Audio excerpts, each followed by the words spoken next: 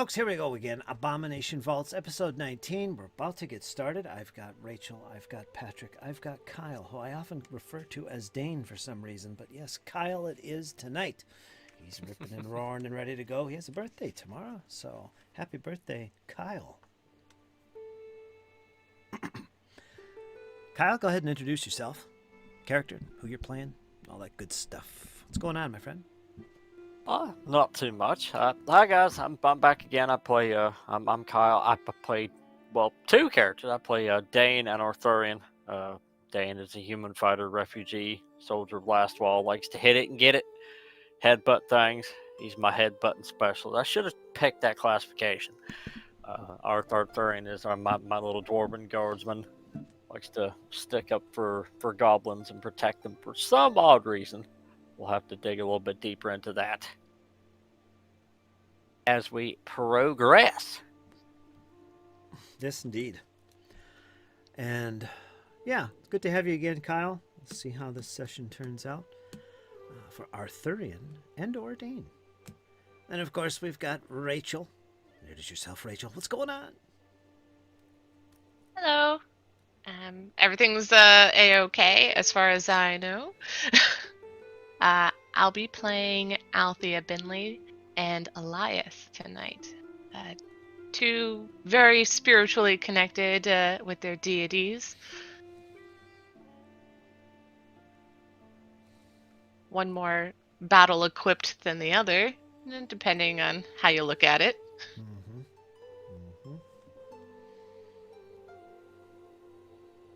I'm excited to learn more. Especially Thea. I like Thea. She's cool. And Binley, the little mouse. He likes to. Yes, there's always room for Binley. He likes to tuck away in the little pocket and get warm while you go about your chores.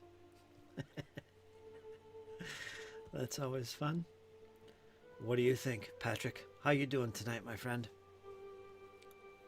Doing all right. My light seems to be working just fine for right now. So we'll have to see how it lasts throughout the rest of the session. All right. I'll keep the chit-chat to a minimum with you because of that, but that's all right. Do your best. Of course, Patrick will be taking a break through May. He'll be on, off, and on. But he'll be back in if and when he can. He plays Farley Tell and Maggie, the barbarian warrior who loves the war pick. Yes, and it's a deadly weapon when it wants to be, I'll tell you that. Oh, yeah, that was pretty amazing stuff in last Sunday. But anyway, we're going to take care of some campaign-related stuff initially. But before we do that, let's have a little recap. All right. Well, session 18, we had a bit of a romp through the streets. We were, Althea's home was destroyed, ransacked.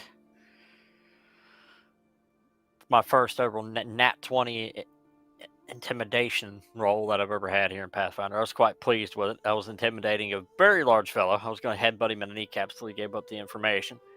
He finally did so. So we went out to this campsite in the outskirts of Bataria in the woods, and yeah, we had it out with the this lizard, this hooded cloak looking figure, and three of the townsfolk. They decided they were going to wade in. That did not work out well for them at all. And then last session, we met a new fella. We had a little tour through town.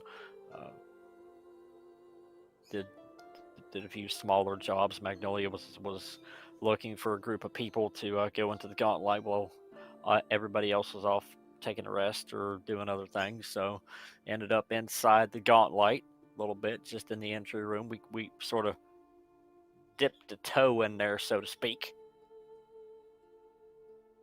And yeah, things did not. Things went to plan up until the point where we reached the Cobalt Tornado door. and then things went sideways in a hurry. And, yeah, So you're telling me nobody read the sign Elias left on the we kobold? went the other way. Oh.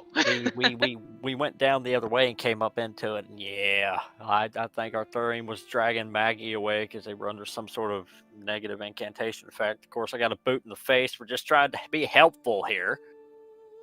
Yeah, it doesn't pay to be helpful. Nope. And Sheppy came in. And yeah, Sheppy moved in. And away we went. We the tornado despawned itself, and that's pretty well where I left for the night. I guess they continued on for a little while. It has been 10 days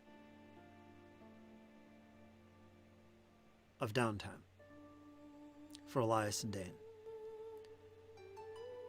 Their last outing into the gauntlight was on the 6th of Farast, which was 10 days ago. We're currently the 16th. So we'll start off with Elias. You're welcome, Rachel. And see what he wanted to do, because coins were pretty important and things were looking pretty desperate. Picking berries from the trees in the woods isn't turning out too well. Trying to save some money. So we're going to find out what Elias was up to, what he wanted to do. Elias, it's been 10 days. You've been staying at the Rowdy Rockfish, I believe. It's good. You get your meals. You take care of the basics. You're all good with that. No problems. But you've been thinking, you know what? This adventuring is pretty rough. I need a break from that. May I could find some work. May I make a little bit of money. Dane's away. He's going to the Dawnflower at the temple, doing something about penance, which I understand. I'm not a cleric, but a champion. So I understand his need for the spiritual. And we'll get into that as well, Dane. But Elias, what's going on? You need some coins. What are you thinking of? I'm thinking. I don't know how long it's going to be until we meet back up. I don't know that it's 10 days already. So I'm going to keep up my training and spend this time doing some heavy lifting and hopefully getting a job at the mill. It's such a popular spot. Maybe I can find work there. And they could always use muscle, right? Hmm. So he'd first try to find a job there if they're hiring. The mill? Yes. Where's the that? lumber mill. Oh, the lumber mill. Duh.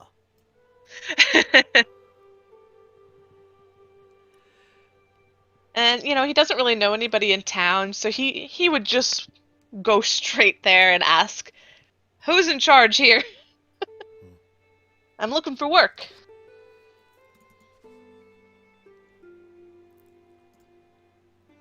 The Minimes family runs most of the millwork here. He's the biggest one in the lumber industry here. There's some other lumber companies in town, and they use his mill for a fee. But he's the biggest. He's also the mayor. Very prominent guy, the mayor. They're always on the lookout for folks to do the late shift and keep things on the up and up late at night. There's always that, and there is an opening for that. A little security work. Usually involves 8 to 12-hour shifts late at night. Not daytime, though. But there's good pay in it. This would be a task 2. Right. Well, you said there's good money in it, so you're speaking his language. Mm-hmm. There's also actually working in the mill itself. That's where they receive the logs that come down the flume and all that. And they sort them, you got to be good. You can fall in. You can get crushed. It's pretty dangerous work. This would be task 4. Requires a little bit of training involving athletics. You could do that as well. That would be a task 4, athletics. There's an opening for that. The guard work is task 2, and there's an opening for that. Doesn't pay as much, of course. And that would be, what would be a good skill associated with that? Let's take a look at a few things, and you can recommend something yourself if you want. Intimidation. Intimidation? Yes, yes. I'm sorry, sir, you don't belong here. I'm gonna need you to step away. Lore skills would be useful too if you have like warfare or... I'm gladiator. That's fighting. Yeah. Diplomacy. Intimidation. Yeah, that could work too. I could see that if you have to chase people off or whatever, be a little intimidating at times. Don't come near late at night, that kind of thing. First of all, which one would be are you looking for? Would it be the task 4 or the task 2? He'd do the task 4. Okay. He's, as much as guard work also seems like something he'd be interested in, he also doesn't want to slack off. He wants to use his muscles and stay fit. Okay. So what we'll do, we're going to use this as an athletics check. All right. And I'll come up with a DC. It's going to be based on the task level. Mm-hmm. All right. And I'll decide if that DC is going to be any different, harder, or easier. Now, do you have any lore skills associated with woodworking or anything that might help? I do not. I'm not exactly sure what would be included in gladiatorial lore. Because you do have to set up props and the chariots that go around. And we were just talking about Rome, too. Basically, what this work would be, it's dangerous. It's very dangerous. The logs come down from the north. You can see this long flume on the map. That's full of water. It's like a water slide, essentially. Except it has logs, and they cut the timbers, and they drag them over to the lakes and a small pond connected to the flume, or they lift them onto the flume, the little loading area, and they flow down this flume after they cut off the limbs and, make them manageable logs. They're big still, and they shoot down this flume right to Atari. And you'll see on the map, if you look at Area 1, it's called the Giant Wheel. All right? This thing's always spinning, and it's huge. And there's also a big lake that surrounds it. And this is where the logs come off the flume and splash into the lake. And the type of work we're looking at now is you're at the bottom of this flume.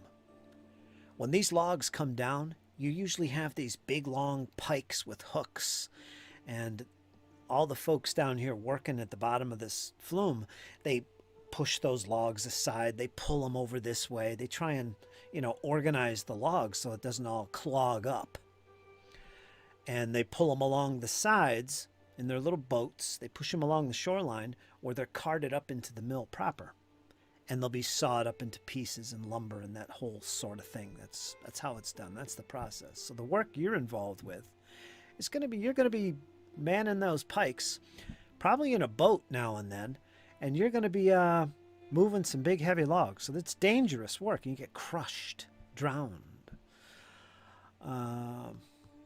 And I think athletics is going to be the main skill in this case. If we have any kind of lore or any kind of training that would fit into what you can imagine you would be doing in this case, maybe that will modify your DC or not, or be a better skill than athletics. It's up to you, but this is otherwise going to be an athletics check.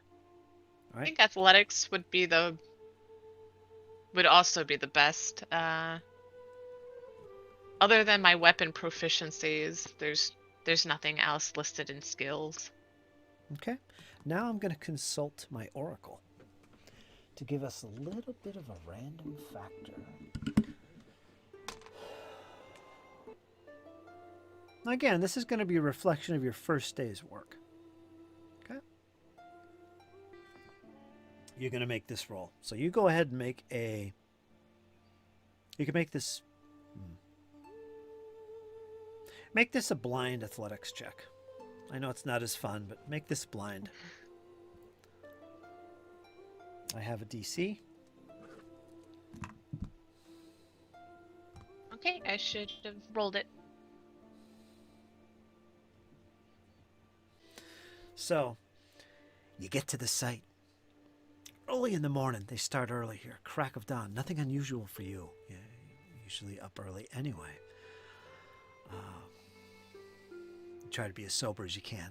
I mean, Caden in his ways. You know, you do a lot of worshiping.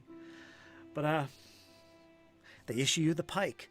And from the crack of dawn till sunset, with very few breaks, you find yourself pulling up these logs that just seem to be a constant stream almost all day. Now, there's some intervals, like for a half an hour go by where there's nothing, but they're just this constant stream.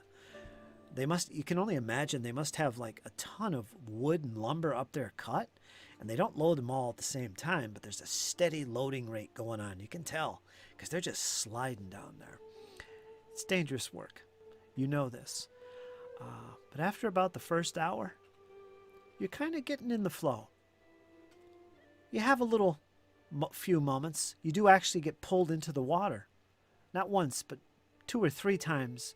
And they had to fish you out of the water because you just didn't have the right leverage on the pike. And he went in the water again. Come on, let's fetch him. That kind of thing happened a couple times throughout the day. Yes, laugh at the newbie. Yeah, it wasn't the best you could have done, you feel. But by the end of the day, you know, they slap you on the back. Maybe next time, kid, you'll do a little bit better. You're welcome to come back in the morning if you're still up to it. You're going to make 1 silver piece at the end of that day. Now, they give you the money now, in case you don't want to come back, because they have a feeling you might not want to do this work, or maybe you're not cut out for it. If you want to come back and for the rest of the week and keep this up, you can do so, but your wages are pretty much 1 silver piece per day. And the work's steady. So if you want to work for the next 9 days, you can make yourself another 9 silver pieces.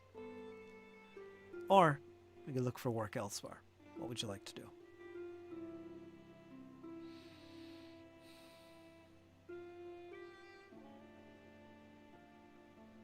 Is this the only mill? It's the only mill. Ah, darn. Yeah, you get a gold piece for 10 days of work. That's essentially what it is. That's not enough to put bread on the table. Like it is, but only 1 loaf. Can I have him work there for 5 days and then 5 days his alternative job? You got an alternative job? What's that? Heading down to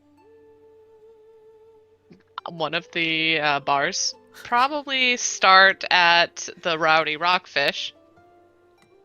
And he's not a bard, but he does know how to make a good performance, and I'll try to tell some riveting stories of battle.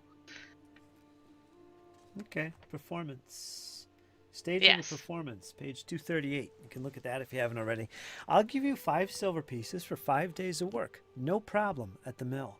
You can earn your 5 silver. So add that to your thing. 5 days go by, and you start looking at other alternative things 5 days later. And we'll pick up with that in a second. So give yourself 5 SP. And we'll pick up with you in a second. Now, Alrighty. Dane? Sorry. There's a lot on your mind. A lot of this this stuff involving the undead, it's been unsettling. Many times you've fogged over and lost yourself, even in the midst of battle. It's worrisome. It hits you deep inside. And you've decided to kind of pull back, as the others have. Take a little break for a bit. I know you've got all this stress and tension. We've got to do this mission, but you got to take care of yourself too. And you've taken it upon yourself to do a little penance.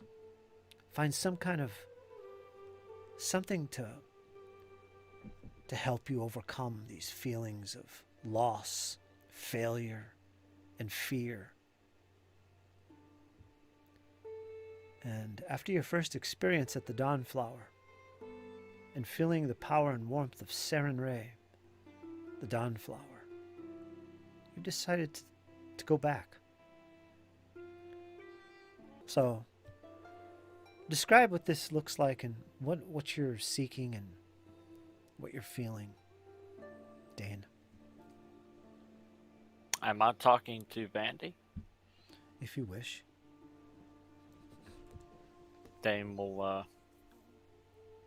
describe to her some of the battles that he's fought after, the Whispering Tyrant was raised and then the undead was unleashed.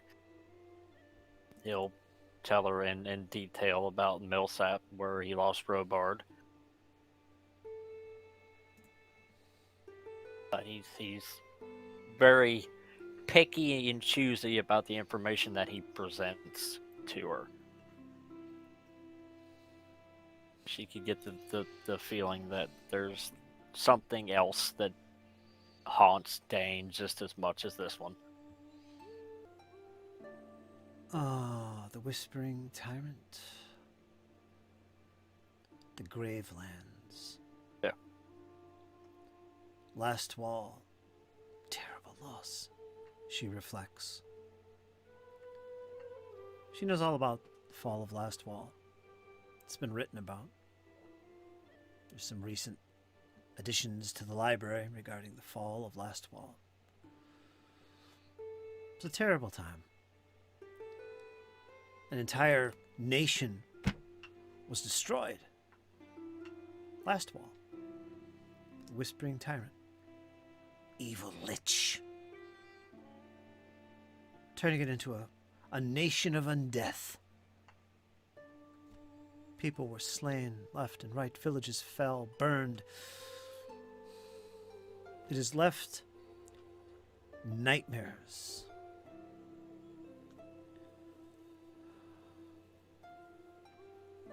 That haunt your soul, Dane.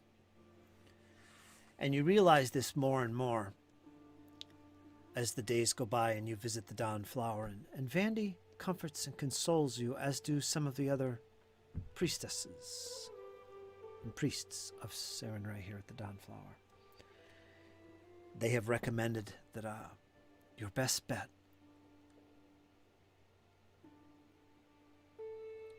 is to feel the embrace of the Dawnflower herself at the shrine, which you've encountered before. You felt that. You felt that warmth. You felt that connection. The embrace of the sun's heat. And several days go by where you spend what seems like hours in the presence of Saren Ray's avatar at the temple. And each day that goes by that you do this, you do feel it. You feel the warmth. You feel the presence. It is real to you. It's confusing because you've never known the power of faith and the power of a God personally in your life. But every day you go there, you sense it more and more. It's confusing, and you wonder what the future holds for you. Your mind becomes clearer.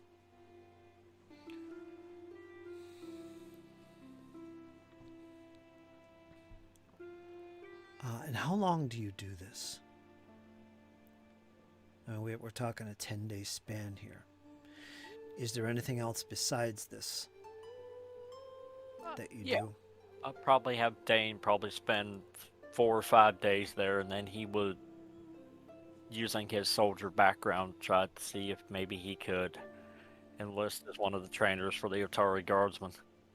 Okay, that's definitely possible. Now,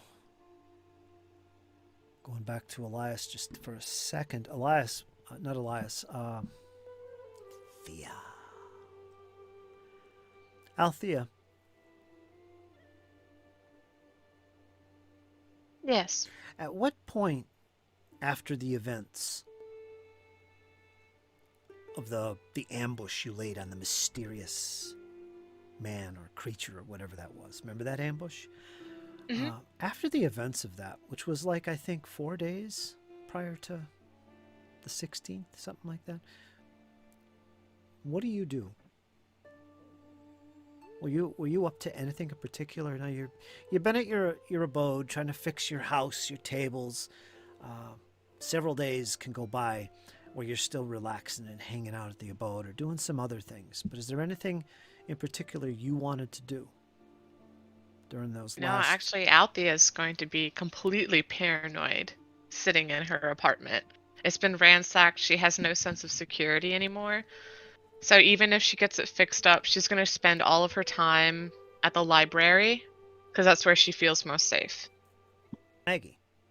Now you've been staying at the Crook's Nook along the bridge there for some time. You've got the pressure to get out there back to the gauntlight.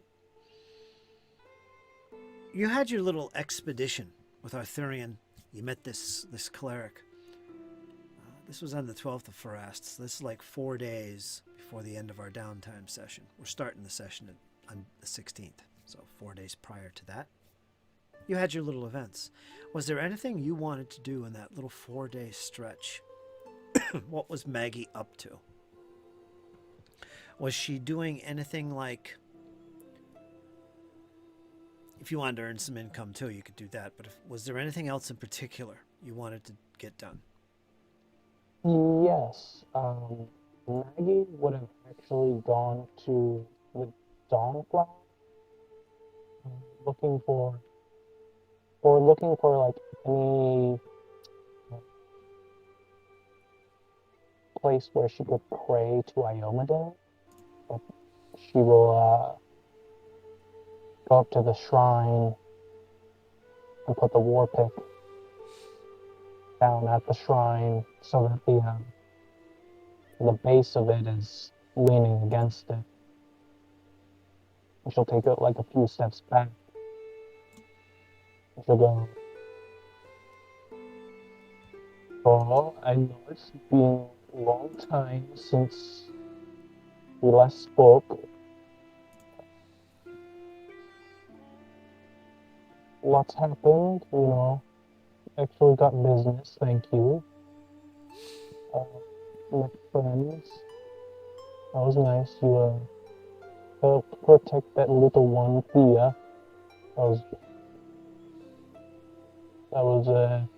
She says thank you. Uh, she doesn't worship you, but I know you were looking out for her, for me." So you're just basically going in here and doing your thing, and Yeah, just pretty much just like almost like very casual conversation. all right. So this little area, this little shrine, it's kind of on the far end, as far as you can tell, of the temple. And as you pass along that corridor that goes on, you see these little openings here, these doorways, no doors, but they're open. And each one seems to have its own little shrine inside. Down on the furthest end, you see this one archway. And at the very top of the archway is this big shield. You recognize it as the symbol of Iomade. You pass into this small little chamber, fully lit with candles all around it. It's nothing. There's nothing in here. There's no decorations on the walls. There's candles all along the walls, but it's very dark. you see in the center this pedestal, this stone pedestal that rises about 3 foot off the ground. And standing atop this, you see this image of a young Ayamode, bracing a shield, covered in armor.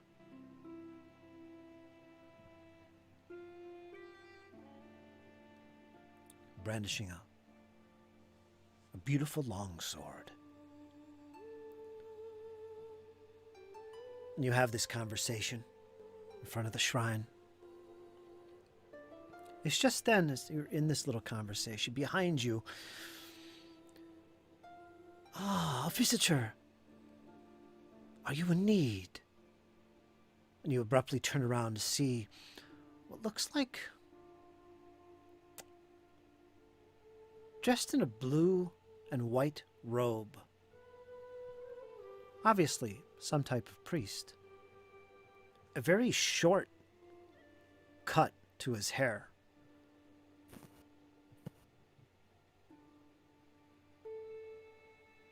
And on his chest you see the symbol of Ayamode. He pauses for a second, and he takes a deep bow. I am Sir Severin. I watch the shrine here. It's the latest shrine here at the Dawnflower. Not many visitors. I noticed you come in. Might I be of some service for you? Yeah, Maggie, like, whips around, like, now that somebody's here, quickly, like, wipes away at her face. And then goes, no, I was just doing. Yes, I don't want to interfere with your worship. It's just that we don't get many visitors here lately. Like I said, it's a pretty new addition to the Dawnflower. But if there's anything I can help you with, any questions or whatever, I am here. I also take donations and all that other good stuff. So, yeah. And if you look at the description of the place, if you open it up now, you'll see there is now a link to Ayamode. You can click that, read all about Ayamode, and so on and so forth. So if you want to learn anything about Ayamode, there it is. Very interesting. I will say that during your visits and conversations with Ayamode, you do actually cross paths with someone you've met before. 2 people. One being the gnome, Thea. The other being Dane.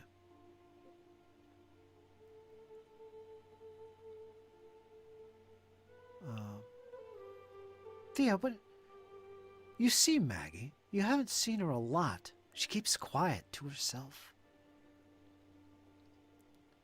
But you do see her at one point in the afternoon. You've spent a lot of time at the Dawnflower lately, Thea.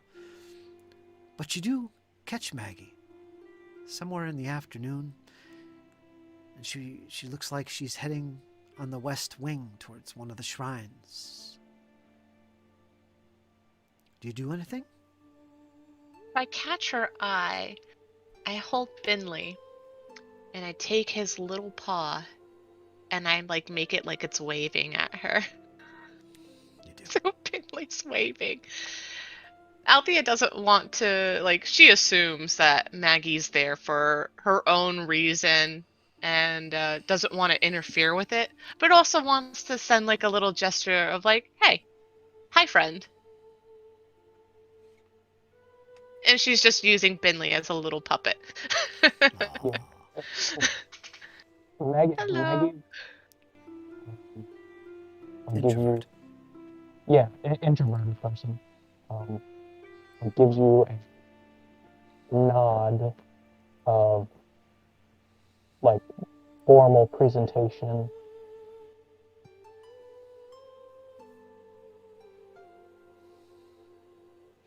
And Dane, seeing this old friend makes Althea feel a little bit better. it does. Dane, you would have an opportunity to see this event as well. What you see Maggie, you see Thea in conversation. You would see them there. You spent quite a bit of time at the Dawnflower, a lot of time. You can see them in conversation at various times. Do you approach? Do you say anything? Do you interject? Say hello? What do you do? Yeah, Dane will approach. Ah, Magnolia, good to see you again.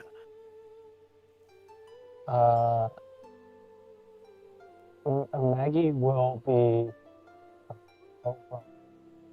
Oh, I know this person too. Just completely fly on the wall, just like frozen in fear of like, oh no, there's two of them. Yeah, that's Dane. I think Maggie's the only character who knows both parties, who knows both groups.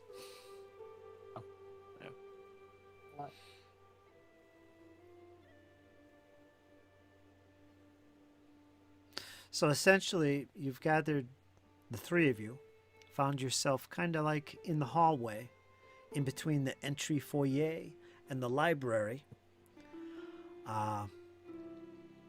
Not many people here. It's relatively quiet and calm and serene. And you introduce yourselves because you really don't know each other except Maggie, a common friend. So, Thea, Maggie, Dane, introduce yourselves. See what happens. Dane's gonna look down to the gnome, and he's gonna kneel down because he's pretty tall. He's gonna offer a hand. Pleasure to meet you. I'm Dane, soldier of Last Wall.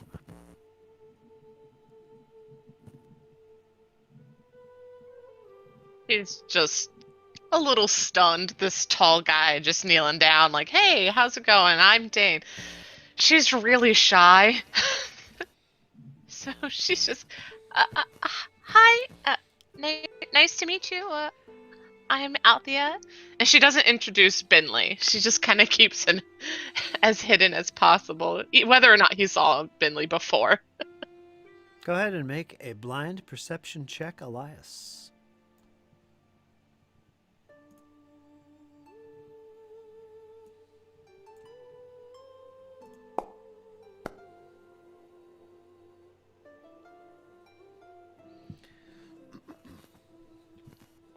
Dane, this human warrior that approaches you and Maggie. Yes, you are shy indeed, and you've never met this person before, but you recognize him. You've seen him a few times here, for one, but also there's something else. You recognize him as one of the heroes on the night of the attack. When the undead rose from the graves, when you were rescued from what was certain death by Sheppy. One of the heroes that rushed forward and did battle against these zombies and skeletons that were falling off the cliffs towards the temple and wandering about in the graveyard.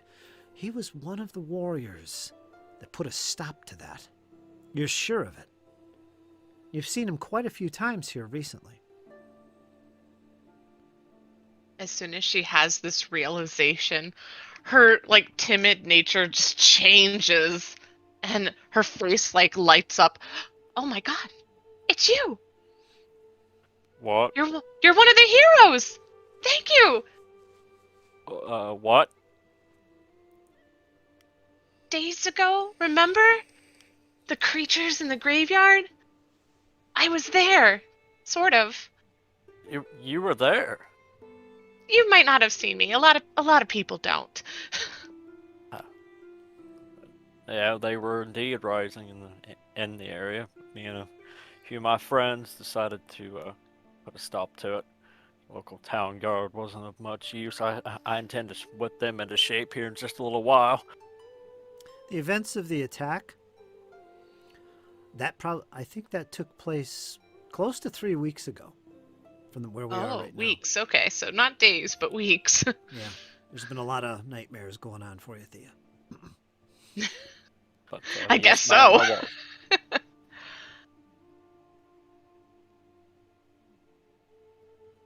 Go ahead, Dave. Yes, ma'am, I indeed was there.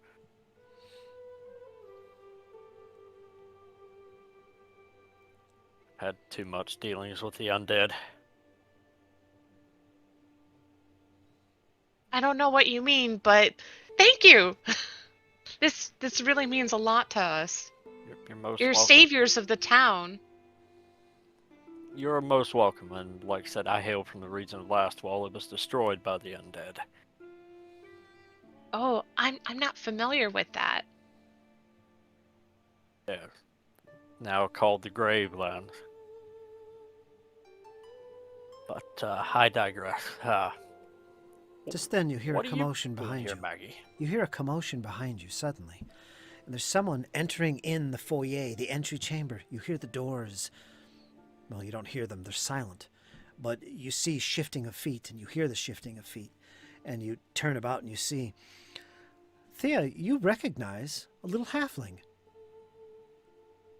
And he makes his way inside, and he's speaking with the priestesses, and they're looking towards your direction. Not at you, Thea, but at you, Dane. You notice this as well. And suddenly this little halfling, he's got a little brown hat and a big bag wrapped around his shoulder. He comes striving towards you. Oh, good day, sir. Are you a Dane? Are you one of the companions? I am indeed, friend, and how may I be of service? I have a message for you. It's from the mayor. And he pulls out this little envelope. Not an envelope, a little scroll with a red cloth around it, binding it in a ribbon. And he hands it to you. This, from the mayor. I was to deliver this to you this morning, but I couldn't find you. You're staying at the Rowdy Rockfish, right? Yes, sir. My apologies. I wanted to Oh. make morning penance. No need to apologize. This is for the companions, which you be one. And he hands you this little scroll. Dane will kneel down and take it. My thanks, my friend. You know the mayor? Yes, Miss Althea, I do. I'm gonna, apparently, depending on what this scroll says, possibly meet him if you'd like to tag along with me. But I have to go, by the way. Pleasure to meet you. Galentine Deliveries. Is Ah, this the indeed. same halfling? That's the same That- halfling. I'm glad you're doing okay. Because for a while she thought that he got handled. Why would he not be doing okay, Althea? I had a break into my apartment the other day right after he delivered something to me. And Dane shoots up and very rigid, that very rigid soldierly expression kicks in. Are you alright, Althea? Yes, I'm all right. Thankfully, I had Maggie and a gentleman dwarf named Arthurian, and of course a little goblin friend. Sure. They helped me out, and the issue's not entirely resolved. That's kind of why I'm here. I don't want to go back home. I was a soldier out there. If you ever need somebody to take a look around your place, I'm more than happy to help if I can. I couldn't impose, but having a guard outside might kind of make my nights a little bit more restful. I'll tell you what, little one. I'll take a walk down that way a couple times a night, as I don't sleep very well anyways. If you don't mind, I honestly don't know how much longer I'm going to live here, though. I don't feel entirely safe. Plus, I don't know if you're a very religious man.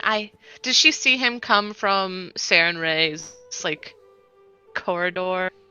I would assume so, but You do Dane this. is You do this early in the morning. You go there, right, Dane? Yeah. And this is about early afternoon or late morning. Did she see him come from Saren Ray's shrine? Those quarters? Yes. Okay. So he's coming from the shrine, not to the shrine. Okay, well, from the shrine. All right, that works even better. I see you're somewhat familiar with Saren Ray. I'm a follower of Desna myself, but I don't know if you believe in this sort of thing, but I've been getting a sense that she's calling me towards something bigger. So I feel like there's a journey ahead. I'm a soldier. I don't put much stock on faith, but I'm trying my hand at it. More than welcome to accompany me. Me and Maggie have both went on a few rip-roaring adventures into the gauntlight. Definitely Well, used some. if you've had the dreams I've been having, you'd have faith in Desna as well. I pray you never have the dreams that I do, my lady.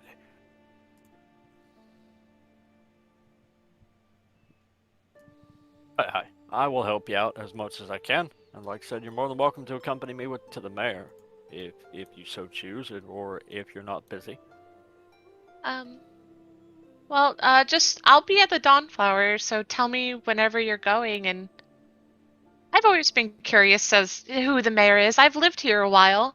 I wouldn't mind meeting him. Just a little hello, maybe a handshake or a signature. On that note, Dane is going to open the scroll and start to read it right there. Oh, I didn't mean to stop you. Go ahead, read away. You're fine. I'm a soldier. I can It could be multitask. It could be an emergency situation. Oh no, I've held you up. Someone could be hurt. It's just starting to have like a panic attack. Dane is going to kneel down in front of her and gently place a hand on her shoulder. Breathe. Through your nose, out your mouth. You just see her like petting something, but it's like underneath her clothes. Are you got something itchy there? Are you? Don't worry about it. Read the letter. Read the letter. I am reading the letter and trying to console this new friend here. Maggie, I apologize that we had to meet under such circumstances. I was hoping to have an ale with you, but apparently that ain't gonna happen. I'll drink anyway, so. Oh, I drank too much. But yeah, but Dane's just gonna read the letter and try to console Alfie. All right. You break open the little. You untie the little ribbon that's on it. Are you being somewhat secretive with this, or are you just? No. Okay.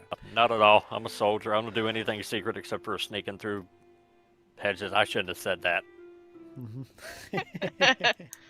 Plus, I feel like if you're gonna read anything, the Dawnflower is probably the safest place. Exactly. All right. In a nutshell, it's written in common. It's addressed to the companions. And it's basically an invitation by the mayor tomorrow afternoon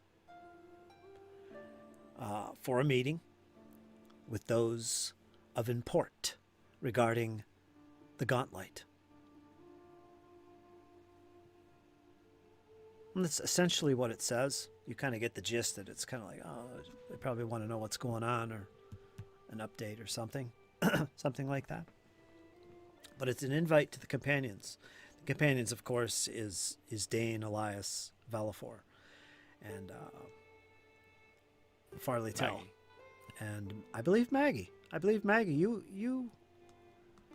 You got pulled into this, right? Yes. Let me see. Yeah, because we met Maggie in the gauntlight. Yeah, did Maggie meet Rin? I don't think. So I don't think it includes Maggie, but it does include Farley Tell, because he's part of that. So yeah, Maggie isn't considered a companion per se. Now, what that means for us in the game is that Maggie, Arthurian, Thea, Sheppy, you characters don't benefit from support from those in Otari. The support thing we talked about before applies to the companions. The companions right now is just Farley Tell, Dane, Elias, and Valafor. Those are the 4 companions, and that's who is invited tomorrow night. The companions. You might want to write that down. Companions. Seems we are being summoned to speak with the mayor tomorrow afternoon. Yes, that would be you, Dane. Maggie, you're not sure what that's all about. And Thea, of course, you have no clue what's going on with that. Sounds like official business. I don't know if I should still come with you. Ah, nonsense. Is Come this on. related to the stuff that was in Gauntlight? I would imagine so, Maggie. I would imagine so. Probably some sort of debriefing period, perhaps. Either that or maybe there's been a new discovery. Yeah, I have some friends that go into the Gauntlight along with me. You mind if I... Oh, Perhaps then they should be notified of this summons as well. If it pertains to Gauntlight business and they were inside the Gauntlight. The gauntlight. Oh, that's so scary. Oh, you don't want to I know what's really don't underneath know that, if I do you? should go. Thea, think about this. You come into Gauntlight, and you don't have to mess with Snake Man. Also, I'm going into the Gauntlight, so I can't protect you from Snake Man if I'm in Gauntlight. Okay, I'm convinced. See. So we will all go there tomorrow Safety in afternoon. numbers. Safety in numbers. True. But we I would should hate to find the send other- you all there or watch you leave and with no one to protect you. And she's referring to Desna. Dane's just gonna blink a few times. And then he's gonna look to his shield on his back and look back to Althea and then look back to the shield and blink a few more times. If news got back that you guys were hurt, I don't think I could live here anymore. I would remember my companions, and I would never let it down. I can't let you go. Forgive me, Althea, but did you say Period. you were traveling with a goblin? I did. Do you know Sheppy? No.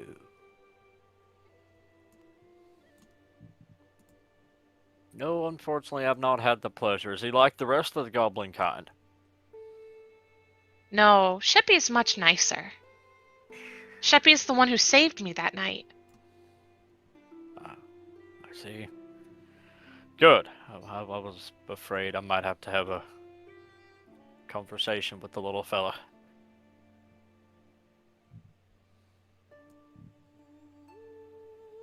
Well, Maggie, I should not interrupt your prayers any longer, Miss Althea. It was lovely to meet you. I will see you both tomorrow afternoon at the mayor's office. Agreed? Sounds good.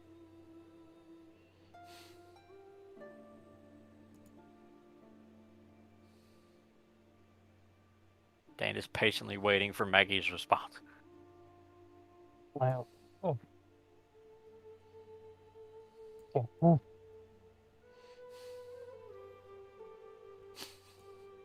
My mic isn't. Yeah, my mic isn't picking it up. Just assume she says okay. There you go. Keep it simple. Would assume up here that I need to find the other companions. Mm, And I believe you two need to find your other companion. And I need to go speak to the guard captain. Yeah, Dane's just gonna formally bow and leave the premises, heading up toward the barracks.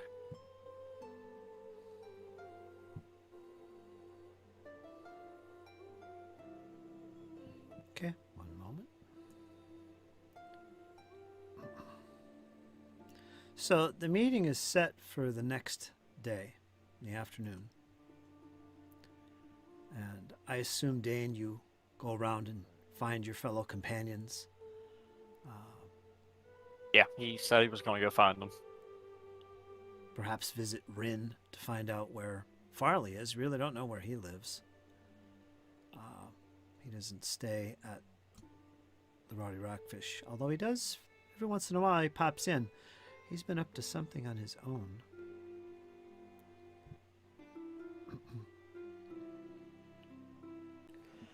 All right. All right, so Dane, you're going to take the message to the fellow companions and let everybody know. There's a meeting tomorrow night and we're invited. Are we going to go and wonder what it's all about? That whole thing goes on. Thea, made some new friends, perhaps. A hero, one of the companions. How wonderful. And he's actually promised to check out your house and keep an eye on it. That's nice to know. You feel good about it. You pat little Binley. It'll be okay, Binley. And you go about your day. Maggie, you had a good talk with Ayamode. You feel good about it. And was there anything else you wanted to do with the Downflower? Yes or no?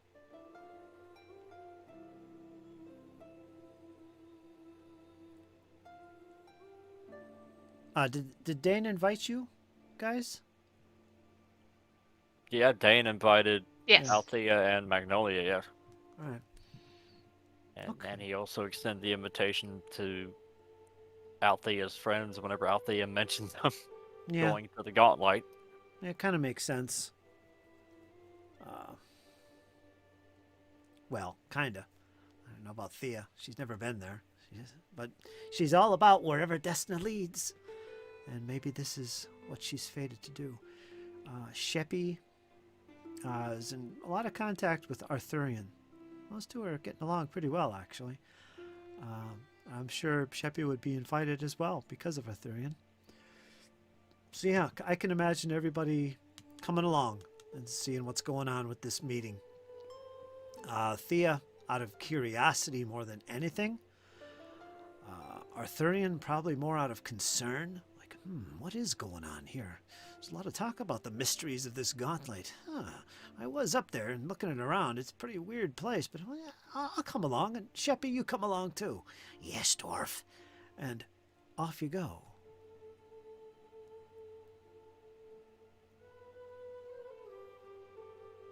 So if anybody'd like to do anything more before the meeting, let me know. Otherwise, we're going to speed time ahead and we're going to go to the next day and find out what's going on at this meeting at the mayor's mansion. Yeah, I'd like to enlist in the guard to be sort of their weapon trainer. Or a trainer. Uh-oh.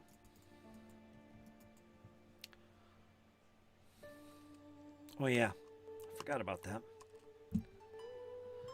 Is Go the ahead. meeting after the 10 days? Yes. All right, then Elias is also going to finish up his second job, the second half of the 5 days to do his job too. Oh, yeah. All right, Dane, Kyle, what I want you to do is look at your skills and kind of think about what would be applicable to the work you want to do here. Now, it's training. There's always opportunities for folks to come in and offer their services to train in some unique skill, archery or something, to help train the town militia.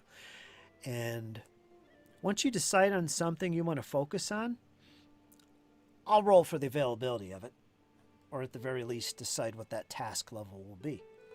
So you look that over under your skills. And we'll go back to Elias. Performance, I believe, right? Yes, he was going to tell stories of his more hopeful days in the arena. And hopefully make some coin doing so. And where is this you're going to attempt to do this? That was going to be at the Rowdy Rockfish, because he's most familiar with that place. All right, that's going to be a level 0 Yeah. task at the Rowdy Rockfish. Now, if you wanted to go somewhere else and attempt to do that, it might be higher. It's all based on the audience. I'm sure you looked it up. You know what you're dealing with. So it'd be a task level 0. You're dealing with copper pieces, alas, copper pieces.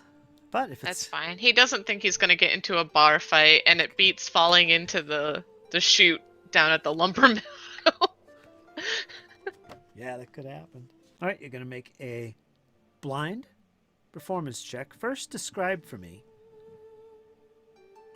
a performance. Now imagine almost like a campfire setting, but instead of a campfire, it's so like a roaring fireplace or whatever the Rowdy Rockfish has. You're in like this dim lit room. Everyone's already half drunk, assumed. Elias has a drink in his hand as well, of course, and he's telling these riveting tales of like orcs being brought to their knees by like some unarmed halfling, and like certain friendships he's made with the people from his own past, just in more flavorful stories. Okay. All right. I want you to give me a blind performance check to see how well you pull this off on your first night.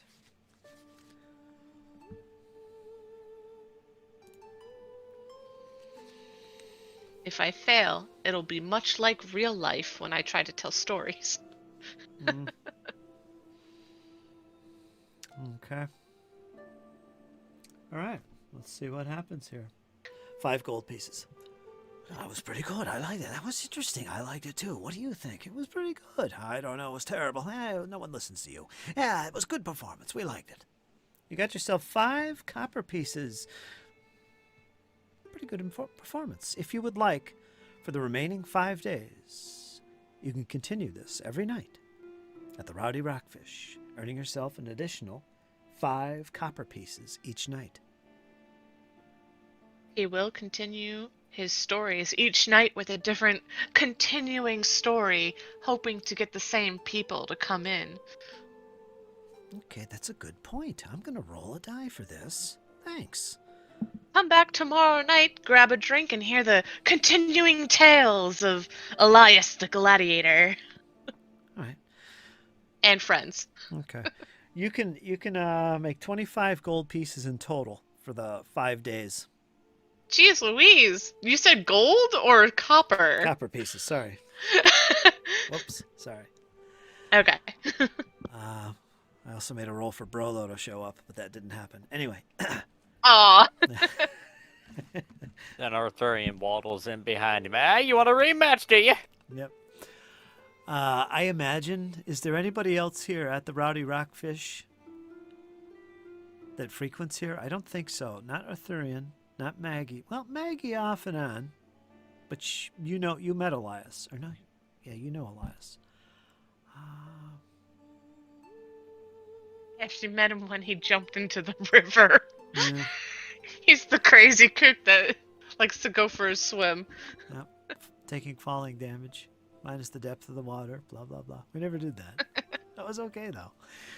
Anyway, yeah, you go through that whole process and do some good performing. You've made yourself 25 copper pieces, which is about 2 silver, 2.5 silver. In the meantime, Farley, you've been invited. Word comes from Dane. You've been invited. Tomorrow afternoon, there's a meeting at the mayor's mansion to discuss progress investigating the gauntlight. That's what you think, anyway.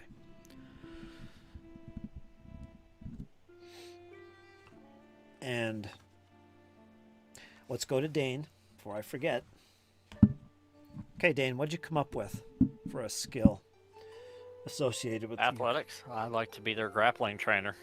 All right, that's awesome. Excellent. There is definite work for that. You go up to this big stone structure. This is the Otari Town Guard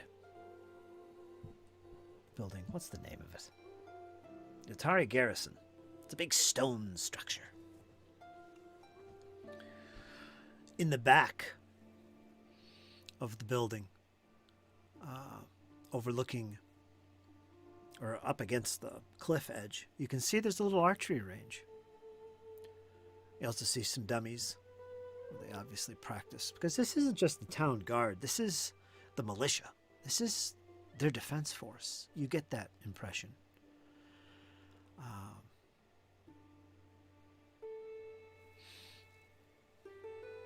You'd probably be greeted by Lofter. He's one of the heads here. Here ends a tight shift. And you go in inquiring about work. I'm a wrestler. I can teach a lot of wrestling moves. I think everyone could use that, especially in guard work. Subduing people. I used it quite a bit. I know a few good holds.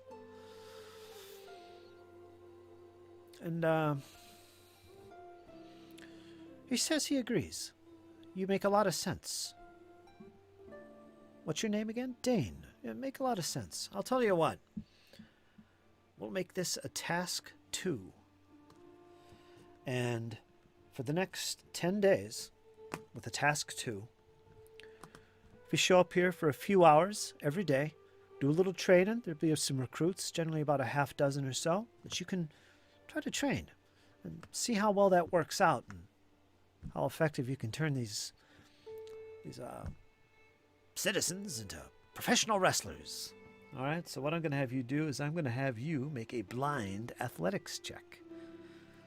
And I have a DC in mind.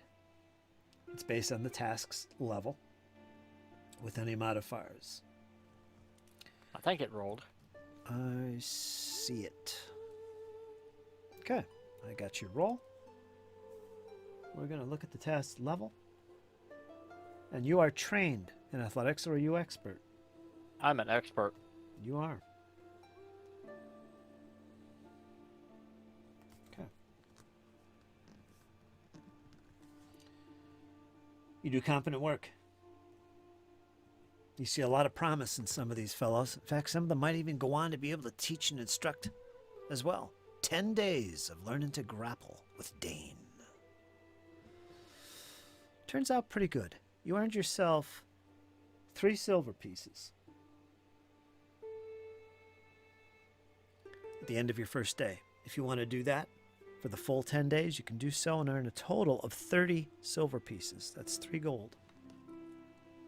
Oh yeah. We'll get these recruits whipped up in no time. There you go. So add 3 gold pieces to your inventory, or 30 silver. And that's what you made. A little extra coin. Okay, no problem. They thank you for it. And anytime you want to come in and see how well these guys are coming along or do some more training, you just say the word. So, you're in good with the town guard there. You made a good impression. Very good. Not exactly gaining their support, but yeah. And I believe we've covered out everybody's downtime, right? With that, we'll go to the next day and we'll move on to that meeting. So if there's anything else you want to do, you can do that now. Otherwise, I'm going to change the calendar.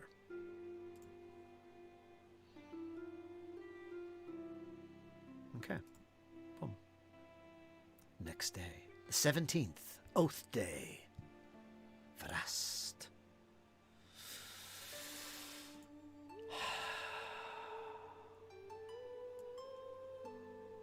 Let's go right to the meeting, because that's what it's all about. If you hover around the mansion, you'll see everybody's token is there. That is everybody present, plus a few extras.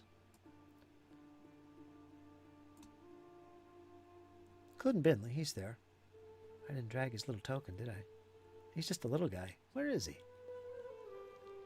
Maybe he's back at home. He's just a... There Oh, he yeah. is. He is. Let me drag him over there. He's a little tiny guy. Let's see if he makes it. Everybody look out. There he is. VIP here. Yep. There he is, little Binley. Let's put him down here. Out of the way, out of the way. Excuse me. All right, so the afternoon of the next day arrives. The companions have gathered at the Rowdy Rockfish, including Farley Tell, who's been alerted to a message thanks to Bryn. He heard about it firsthand from Bryn. Actually, he probably wouldn't even go to the Rowdy Rockfish. He'd go right to the mansion, along with Rin. But the rest of the companions, you wait.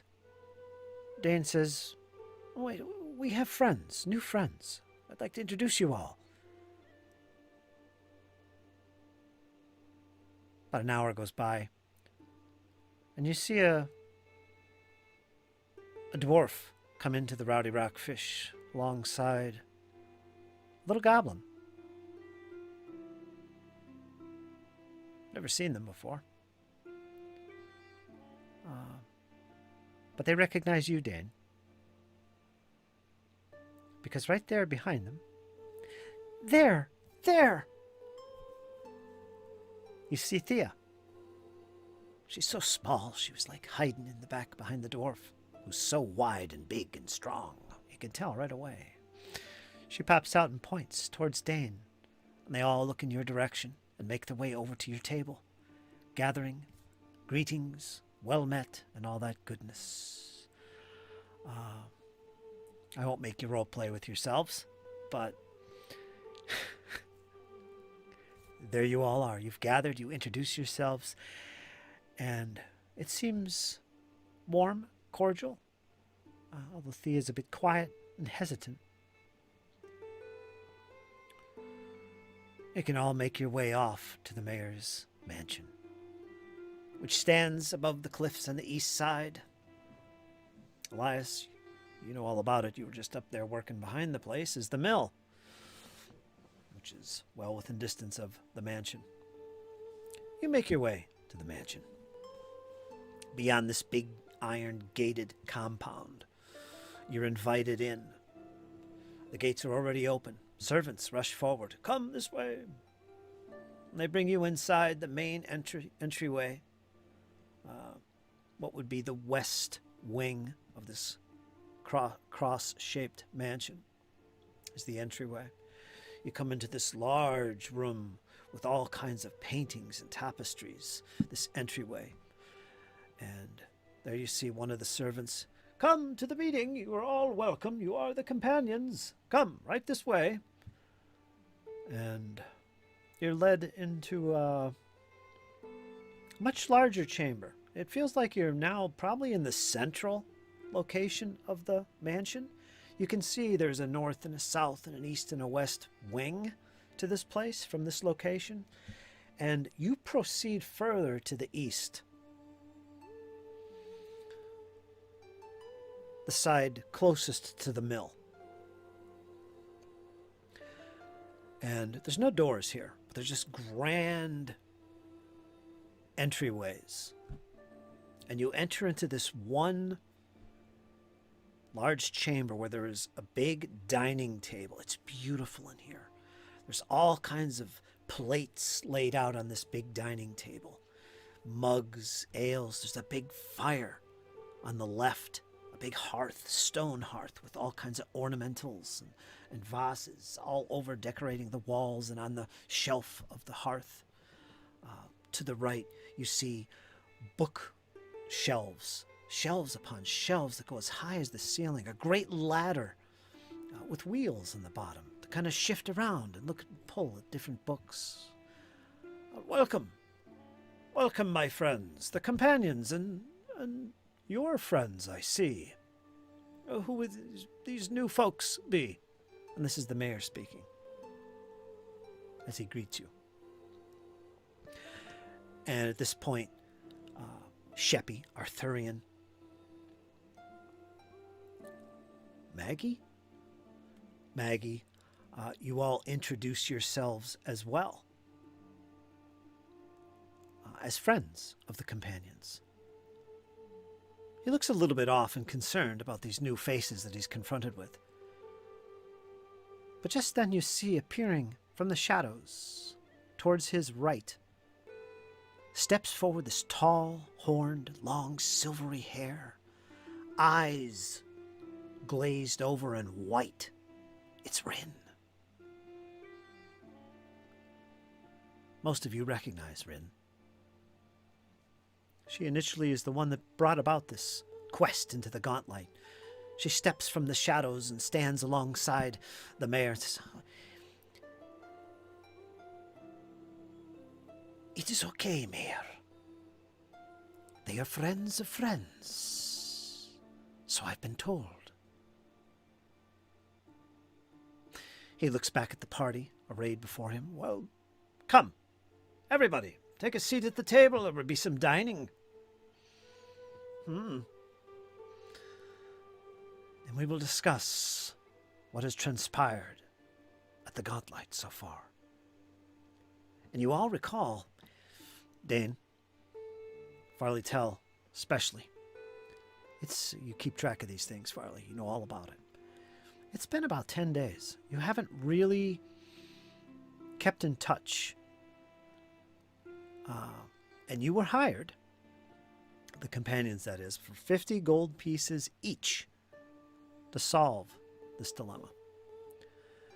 Whatever is causing the attacks on Otari, the dead to rise, the glow that comes from the gauntlight that's supposed to be abandoned long ago, it's a big concern, especially considering the past history of not only Otari, but the gauntlight itself. There's a lot of concern. Belcora. Does she live? A mystery. There's a lot to discuss. And it's of great concern to both the mayor, who's kind of funding this little exploration, and Rin, who's greatly concerned about the events of the gauntlight. She's very much into this whole type of thing. So yeah, you guys have now become acquainted. You enter into this feast and enjoy a good meal. You get to know each other during this time. You have this moment where you all kind of are relaxed and you're getting to know each other, and the mayor's there, he's eating away. Rin, she sips on her drinks. She doesn't really eat, but she's also present. You also see Lardis Longsaddle, who's in charge of the Otari. Well, he's the constable. He's in charge of the Otari garrison. You haven't seen him a lot, but he's there as well, and he's eating, scarfing down his food, a little bit uncouth, you might say. But then a goblin isn't exactly the most eloquent at eating and dining as well. So there's a lot going on here at this big table and this big meeting, and everybody's getting to know each other and get accustomed. The mayor asks about these new friends of yours, Dane and Farley Tell. Who are these? And we'll assume that you explain and describe some of the past events. And he nods his head in favor. And I would also imagine Arthurian would probably describe, he went up to the Gauntlight. He's new here, but he went up there searching for adventure, and it's indeed a mysterious, dark place, but hasn't really gone deep into it. Okay. So you see some servants come in. About an hour and a half has passed by. Some servants come in and start taking away the dishes, bringing in refills of ale or tea or wine, whatever your favorite beverage might be. Logs are thrown on the hearth. Nice little fire. Nice little ambience about the place.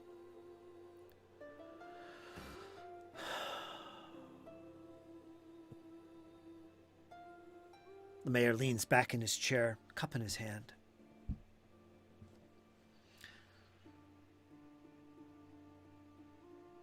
And he looks towards you, Dane. Now, what have you learned?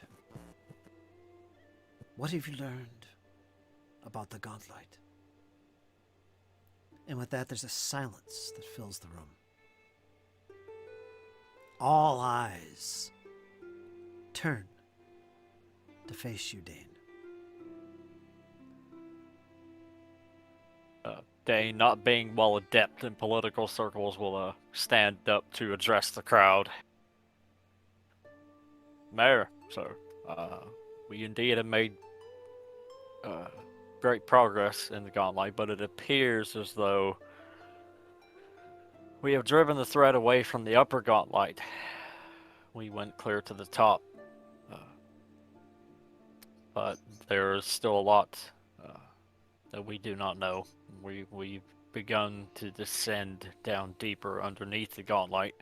We found several such creatures and then things that are pertinent to the investigation. What we do know so far is that we seem to have stopped what we believe to be the creature that was up near the gauntlight lens itself. But outside of that, sir, we just don't know. We're going to be continuing to delve deeper, or as deep as we can go safely. I see.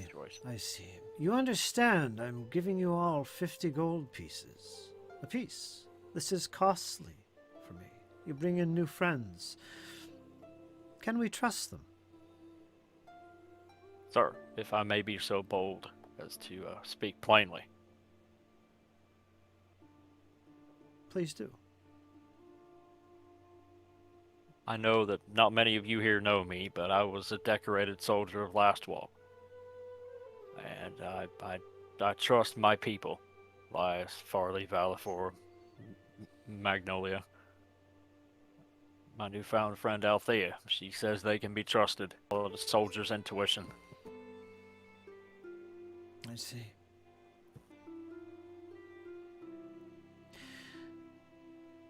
He looks towards you, Elias. What have you found about Belcora? Does she live? It cannot be.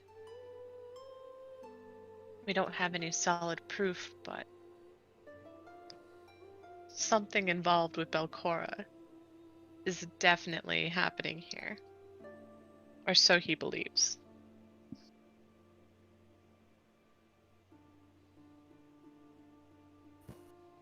Farley? You want to chime in? As Elias said, we have no evidence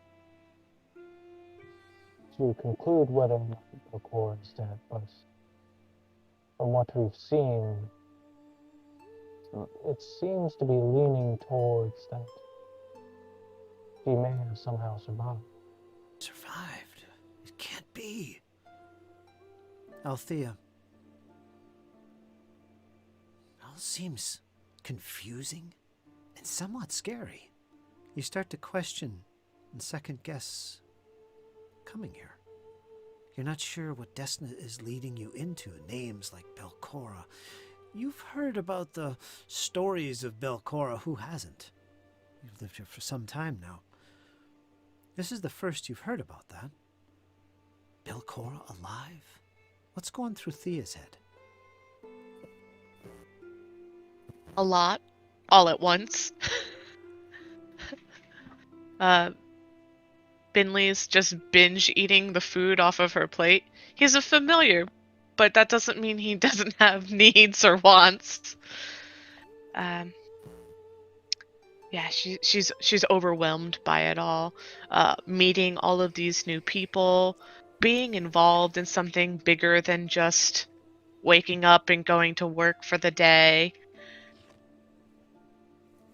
She truly is scared, but she also doesn't want to leave. Like, she feels by this inclusion she's like part of the team and doesn't want to just abandon something.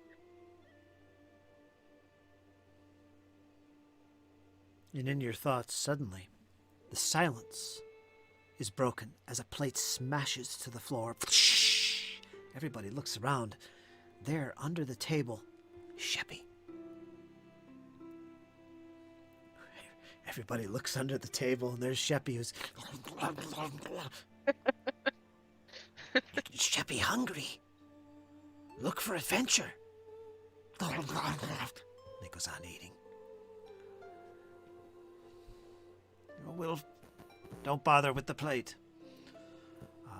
The servants come in and kind of pull up a broom and start digging under the table, broken plate.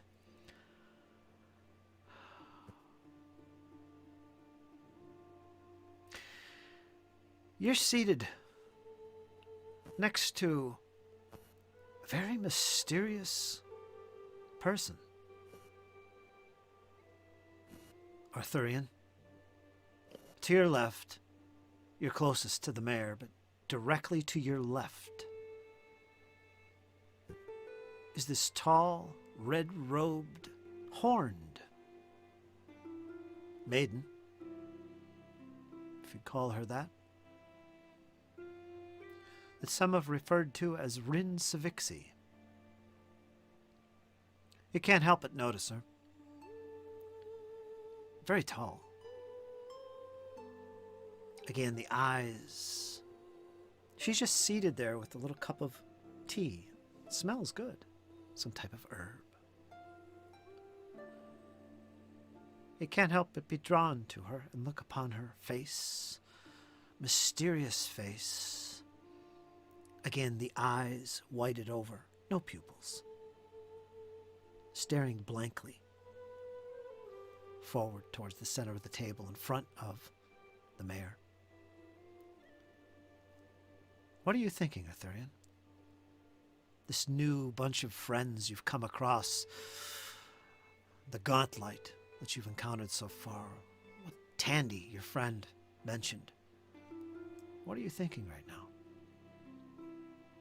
Arthurian is using his beard as a napkin, Yes. looking around to Ren, and he'll politely nod, but he's very sort of not really timid, but sort of disjointed. Like he's soaking in all this information about the gauntlight, about this strange Belcora lady.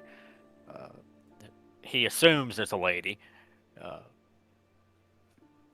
And then meeting the heroes that Tamley told him about had stopped the undead attack. Yeah, he's sort of much like Althea, sort of spinning, but he knows Tamley, and he knows Tamley doesn't just pick a spot and then throw something up half-hearted. So if she chose to stay here, then it's got to be worth it. So if it's worth it to her, then it's worth it to him.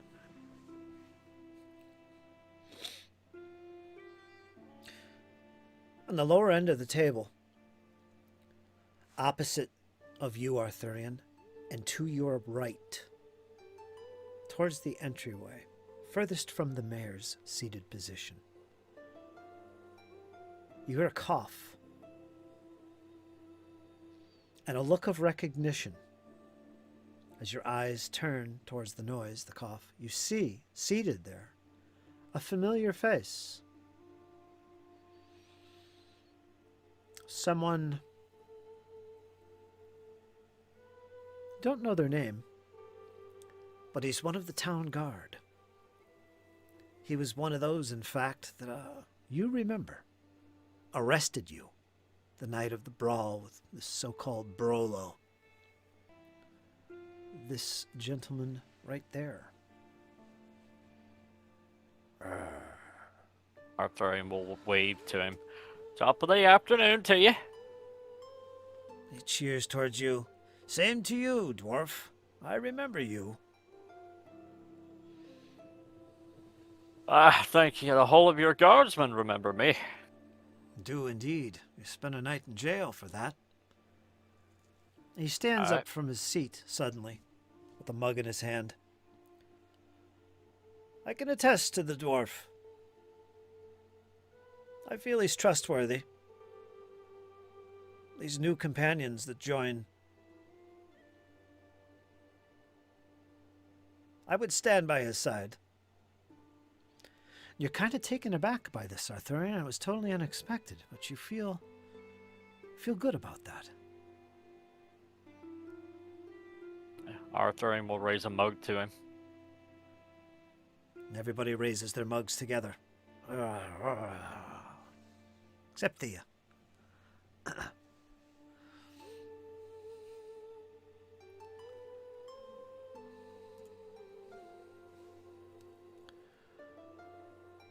And of course, Valifor is also there. Everybody's basically there. And you tell there's a little bit of a tension in the beginning. But after an hour of seated and drinking and meal and getting to know each other, it kind of passed. And then as the mayor began questioning, Belcora, what's next? What have you learned? Who are these new companions you bring to us?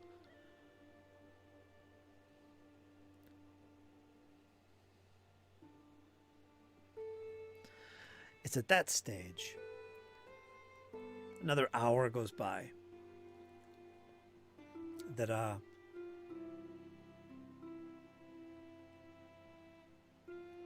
we can use all the help we can get. There's no telling what's coming tomorrow. We must continue to find out what is happening at the gauntlight and stop it. Rin nods her head in agreement. If Belcora lives, all of Absalon could be in danger.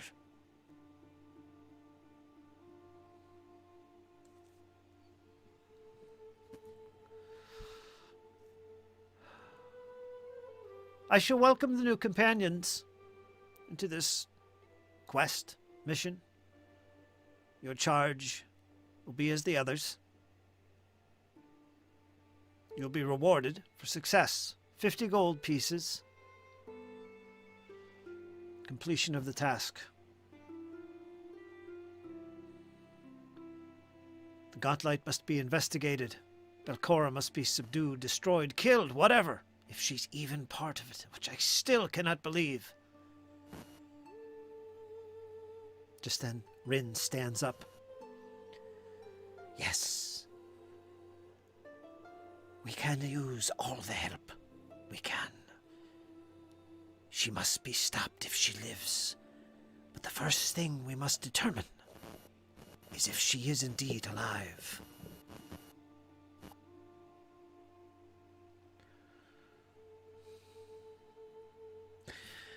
And at this stage, the new companions, you're filled in on what's going on here. And what your charge is. And if anyone steps up and says, not for me, I'm out of here, do so now. Names are taken, heraldry recorded, symbols memorized. So be careful regarding the commitment you make now at this table. Will you join in this quest?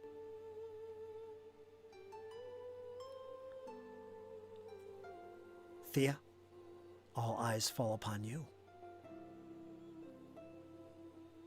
This little gnome. He says, not a peep. Crickets. What say you, gnome? Says the little goblin under the table. Will you join us? This is the adventure you've been looking for, I think. Okay, I'll go. But I'll do it for you, Sheppy. Sheppy pulls himself from under the table, alongside Thea. As do I. I join in this quest. I'm fully behind it.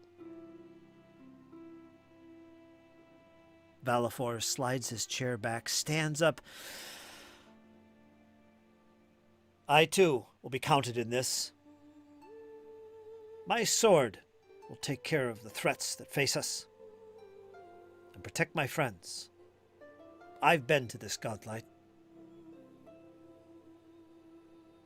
Arthurian's gonna jump up. Hell yes, I'm a part of it. Let's go! He is ready.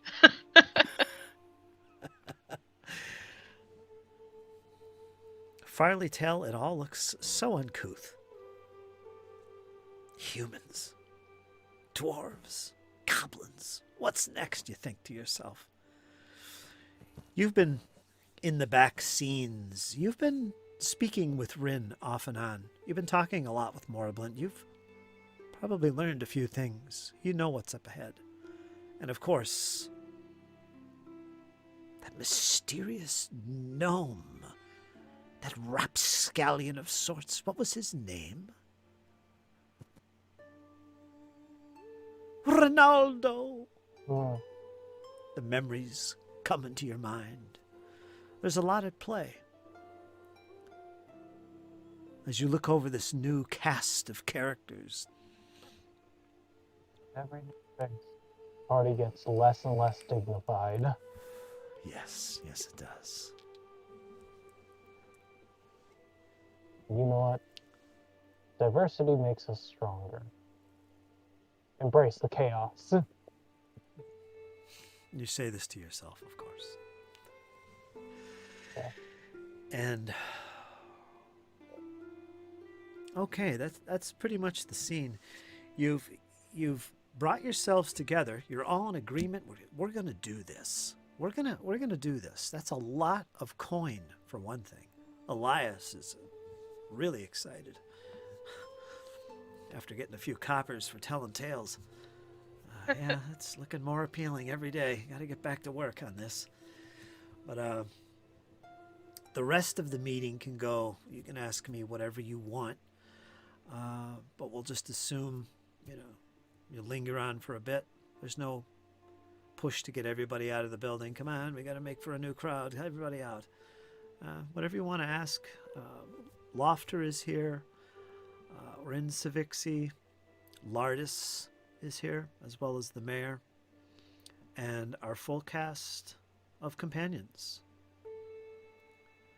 You've all gotten well introduced. You've all decided to join the cause.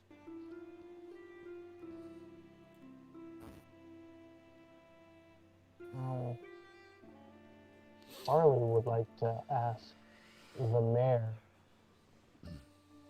if he has, anything to open up the actual lighthouse cage itself. Because we were trying to get into the glass at the top of it, and nobody was able to even, penetrate it or scratch it. Oh, yeah. He has no clue. He's never been there. Mm. But Farley would know this. The tower itself is powerfully magical. The tower. And, of course, magic is not easily sundered. It's not easily destroyed. It's not easily fractured. Magic is powerful. It's a powerful energy. And this lighthouse, this gauntlight, the tower itself, is saturated in it. It kind of explains why it just looks, pristine. As opposed to all around it, it's all in ruins. I mean, there was a great battle fought there. Mm-hmm. This is untouched. So, he has no clue. But I think in the back of your mind, you know why. You know why it's the way it is. It's magic. There's magic involved here. Whether dark or light, it is magical. So he has no clue regarding that. Come, my friends, let us drink, says Laughter. Ha ha ha ha ha, says Lardis. I don't know. What do you guys want to do? You're in this big little meeting. If you got any questions or anything, or... We should perish. Little Althea speaks up. She's not a complete pessimist, but she's just gotta know. If we should perish, what will you provide? You'll all receive good burials. It will come from the funds that would have been rewarded to you for your success in death. You shall be thanked. Is that good enough? Yeah. She just kind of looks down at her food like, I really wish he had said we're not going to die. Like, Yeah. I won't let that happen. Oh, don't worry, I'll protect you. She's just spacing out at her food. Oh no, what have I gotten myself into? Yeah, exactly. Desna, please protect us. Oh, cheer up, Gnome. It's gonna be fun.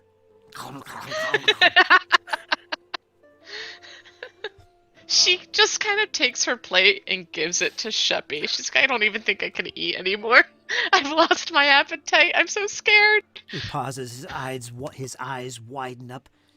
Take? Yes, you can But have it. before you even finish a word, he grabs it out of your hand and starts feasting. I thought soldiers had bad manners. But Dane is going to look to Ren. Have you learned anything else, my lady, about what we might be going up against?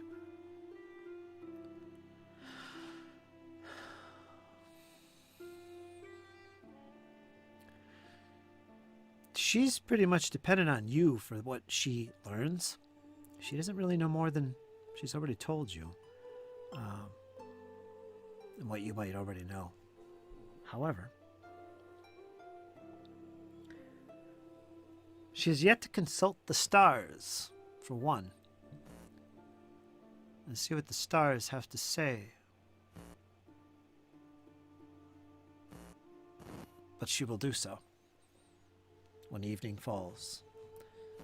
And she invites anyone and everyone to join her tonight, and we will read the stars. We will see what awaits the companions and the gauntlight. I know nothing else. Very well. And I'll join you. yeah, so Yeah, anybody go. What was that, Patrick? Oh, I was gonna say Farley would love to join her. Okay. So we'll do some of that when evening falls and the stars are out. Good. Then we are all in agreement. Lardis, you can be at ease now. He turns to Lardis Longsettle. That is good, Mayor. That is good. Something else going on there that you guys don't know about. But yeah. Yeah, we can conclude this little meeting here as it goes for probably another couple more hours, and you've all pretty much become acquainted, and you've committed yourself as a group to investigate the gauntlight and put a stop to this madness that threatens Otari. At least that's what you think. And with that, the day concludes. Night falls, and all those that will be joining Rin as dusk appears, you can do so, and I will drag you over to Rin Savixi's for a good old-fashioned star reading. Althea will definitely join me because the last time she talked to Rin, she had mentioned the star readings, and it was during the day that she had visited, so she never went back. And I guess she thinks now's as good a time as any. Yeah, let me not move the tokens. Let's keep everybody at the mayor. That's too many tokens to move. Yeah, that's a lot of tokens. Yep, scratch that idea. Let's bring Sven back.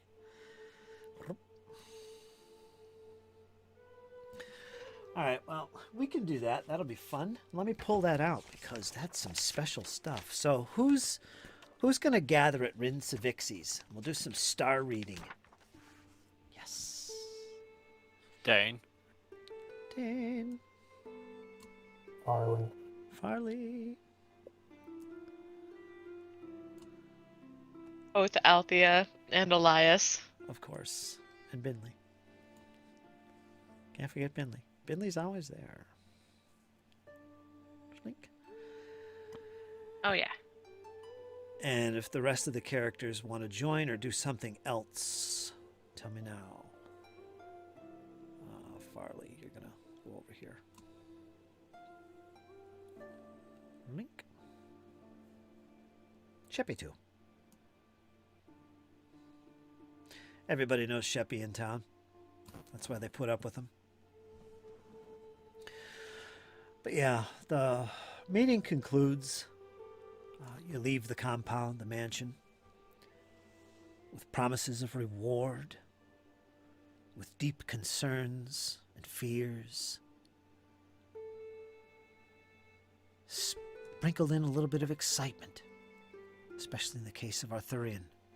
He's been looking for a good adventure and something different from what's been boring caravan rides and little coin to show. It all sounds so promising. And you make your way back to your abodes, except for the few that have remained behind, this new group of friends here. Make their way to Rin's, just as dusk is about to hit. She invites you all in. Modest home. And you found yourself gathered around her little table. Plenty of chairs that seem to always appear as needed. And you all gather around. Both the goblin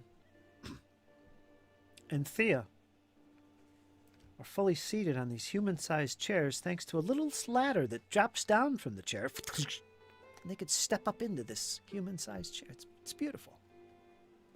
Beautiful work of art. Elven creation, she attests.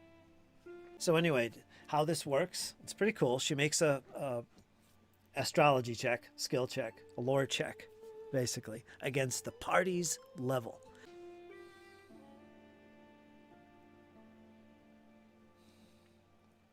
Going to do this for the group, not an individual. She could do it for an individual, but in this case, it's for the group. She's going to attempt to go out as the stars appear on a clear night, which it is.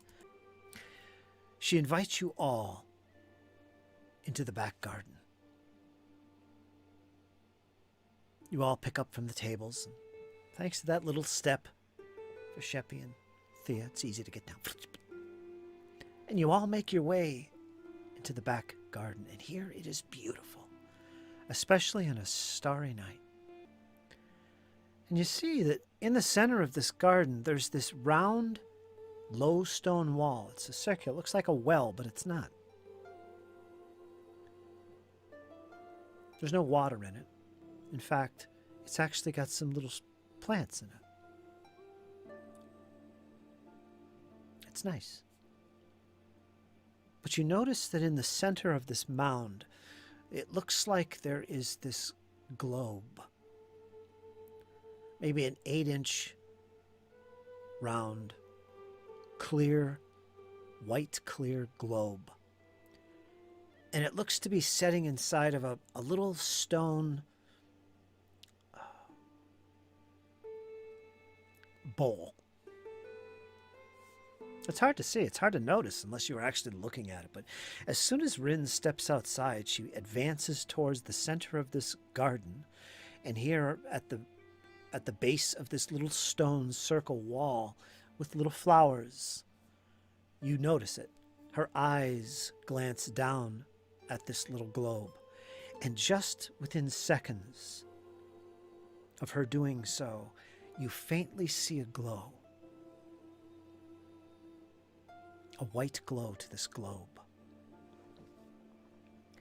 And it begins to clear. The mist, almost like as if there was a cloud inside of this globe, appears. You start to see little cracks and wisps of blackness, making it look like little clouds that slowly begin to dissipate until finally there is nothing in this globe but blackness and little dots of the stars. You see the reflection of the night sky, the stars like little pinpoints, and a black tapestry appear. And she looks into this. You could just make out it. She's looking at the stars. You kind of whisper to one another. She can see it in that thing. Wow, that's neat. Yes, yes, says the goblin. I see them too. I can read. And you all pause. Her hands fall to her sides. There's a sigh come over her.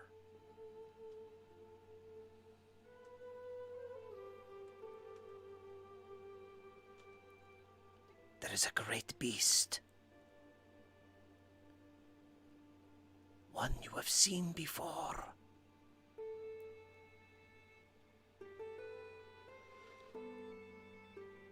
There is a beast also of bone, but it is quite dead.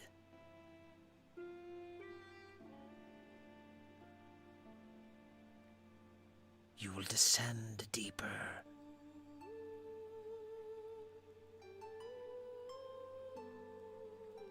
In a wisp of green and yellow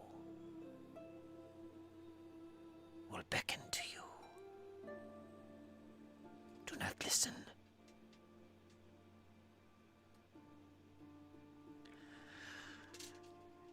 There's a silence.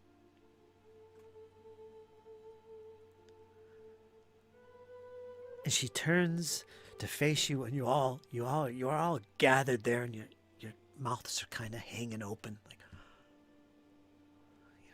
what's going on here? What does that mean? You must be careful, my friends. There is more in your future than you can imagine.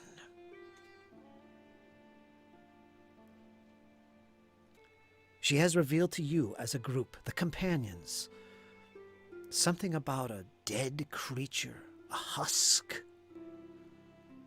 Something also about another beast-like creature that you've encountered, that you will see again. And that you will delve even deeper and be mindful of your steps.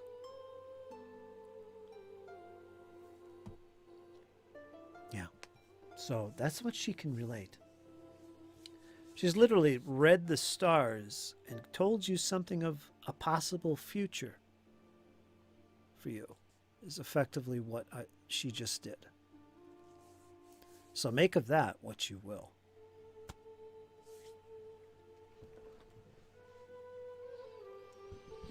Dane's gonna look to Elias. Creature we've met before. We couldn't I'm possibly be talking about... I'm gonna need more oil. We've seen many creatures in the gauntlight. Yes, but only one of them stood out. What would that be? Says the goblin. A visage of blood is about as much as I can explain it. Sounds tasty. Oh, Elias is trust me, thinking Chef, of a... don't eat that.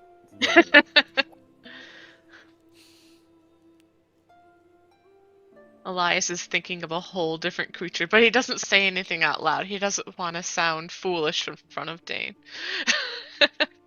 He's thinking more along lines of the skeletal minotaur that we faced that knocked him down. Although, Elias, I think the little skeletal husk, it might be one of your friends, if you remember rightly. Oh, please, not again. We'd better prepare, truly prepare this time if we face anything we faced before again. You'll need more help. Alright, so first thing in the morning, stock up on oil. Stock up on oil, stock I'm up gonna on... sharpen all my blades. Stock up on healing bandages. Yes. I've worked so hard this week, but I've yet to earn enough to buy my own healer's kit. Hmm. So what did you get into this week, Elias? A lot of back-breaking work and a lot of vocal breaking work, you could say. Two very different things. I don't want to get into it, although I think you would have enjoyed my tales at the Rowdy Rockfish. You do realize I'm staying at the Rockfish, Elias. I was there. Did he happen to stop by at any of the times that Elias was there? Well, what time were you there? Like in the evening? All over the place, but mostly the evenings when there's a lot of people there. It's not Yeah. going to be talking about tales at 10 in the morning. Yeah, yeah, Dane would have most certainly been there. Did Dane pay Elias? Yes, I felt bad and I paid a lot. Dane's not Did he even gonna tell you. contribute? But Dane's not even going to tell Elias that. Thank you for visiting me while I was trying to make some coin. I'm glad you stuck around. You heard a little bit of my past adventures. Oh, yes, Elias, but I wasn't dancing for them this time. I could have used the extra help. I I would have know. cut the profits, but I'll tell you now, I didn't make that much. How much did you make? I barely have a fraction of what I need. But enough about that. What'd you do? Where have you been all of this time? Oh, Elias, that is a long story. I went to the Dawnflower for a while. Spoke with Penny.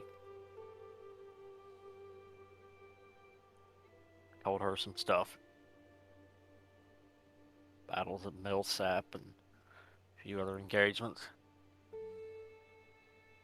Lost Daniel. Ah, Daniel. Yeah. He died at Millsap. Same night I lost Robart. I'm sorry to hear, friend. I lost the knight and I lost my brother-in-law. Same bout. It was not a good night. And then I went up to the Atari garrison and started whipping a few of their recruits into shape, teaching them some grapples and strikes. And Did you teach him the good old headbutt? no, you can't teach that, Elias. That's just something that's ingrained. Of course I taught him, Elias. You're gonna have to teach me one day. I feel left out. But there's a few there that show quite promising potential, possibly. They had a good teacher. Somewhat.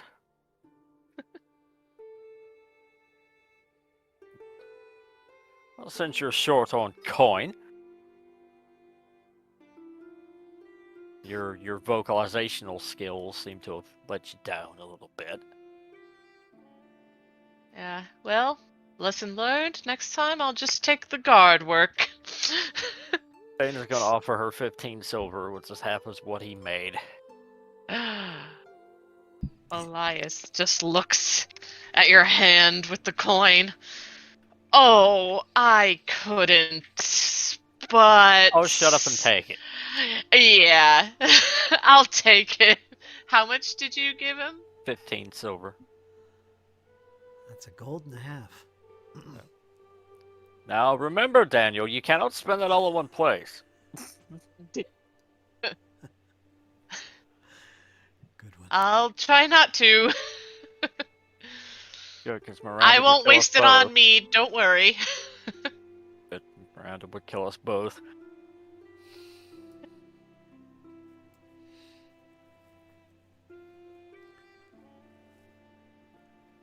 Yeah, outside of that, Elias, I just helped the town guard, and I met a new friend. Who'd you While I meet? was at the Dawnflower, a short little gnome named Althea. Oh, that one over there? And he just points right at Yep, that one her. over there. She's- Yep. She's there. She's just kind of kicking some dirt, looking up at the stars like, How'd she read that? I can't see anything. Althea, why don't you come join us? I hate you, Kyle. That was Oh, OOC. That was who OOC. me? That was OOC. Okay. But hey, yeah, I met Althea there at the Dawn Flower when I was going up to the shrine of Saren Ray. I guess that explains why she's here. She must have a lot of spunk if you thought to invite her. Dragging a little old gnome. She reminds me of Miranda a lot of ways. But Were they a gnome? no. Were they short? Yes.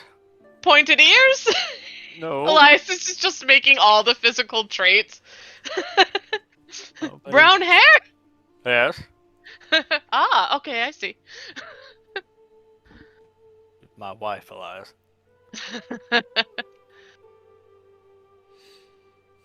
But Now, don't yeah, get and then I too met attached. Magnolia over there, and I've seen her in there, and I don't know what to do about this faith stuff, Elias. It's weird feeling. Ah, you don't do anything with fate. Fate does what it wants with you. You just have to go with the flow. Yeah, but as a person of faith, how do you deal with faith? Why do you think I follow Caden? Well, like I said, this whole praying get thing, it. I don't. It's weird feeling, Elias. It's weird. That's why you take it with a drink. I don't even know what Sarah and Ray. I don't think she worships drink.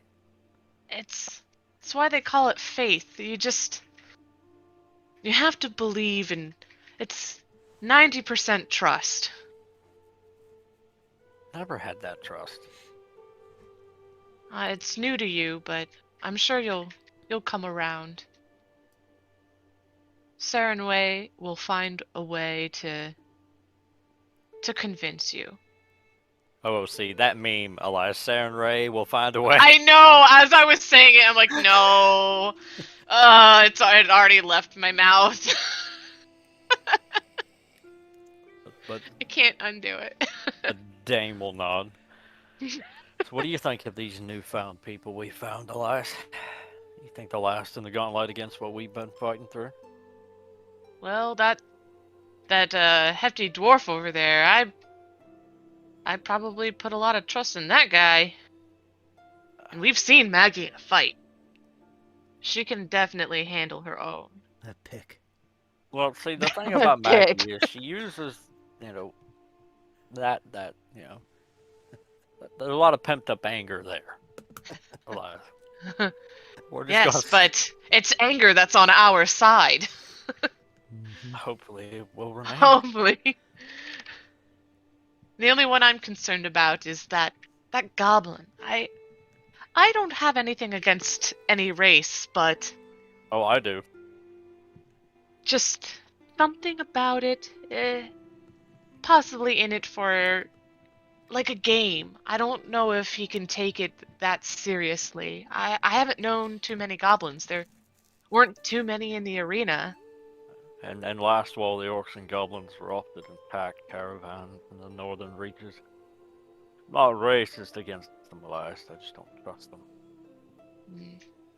I'm sure time will tell if we can trust them. Now, the history of the goblins, it's a more recent occurrence where more and more goblins have been more accepted into society. It all kind of spawned in Taldor to the north on the mainland. I could go into the history about that, but I'm not gonna. But the result of that was that after a devastating conflict between goblin, orc, and man, the goblins were decimated, and decimated to desperation. And this literally brought about more goblins appearing less threatening. And over time, they became more and more accepted as a part of, society. They've actually become more and more accepted in the more civilized lands to the north, as well as in Kortos. You do see them to the point where they're not rare. Depends on the location in Galarian, but in the case of Sheppy, he's very much accepted here for who he is. He's just this little, somewhat friendly, nosy, troublesome goblin. And not threatening at all, really. But he's been very accepted. And occasionally you do see and have come across other goblins similar. But most of the time, goblins are feared. Things of the night and are threatening. But not all of them. Which has kind of changed the tone regarding goblins as a whole in Galarian. Again, over time. So there is that. I love the history lesson. As a new player to Pathfinder, they're always highly enlightening. But I'm gonna do something kind of stupid here, Fritz. You are. I'm gonna have Arthurian approach Ren. Uh-oh.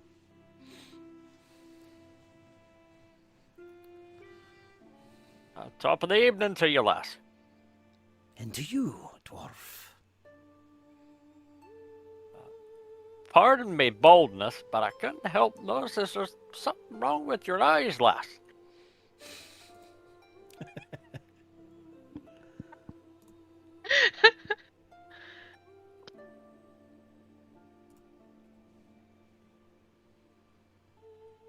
Yeah, if you look close, you'll see she has these milky eyes. Which is not entirely uncommon for those with demon blood. Tiefling. But she's also tall, showing a lot of elven blood. Eyes. This is so I could see beyond what the normal eye could see.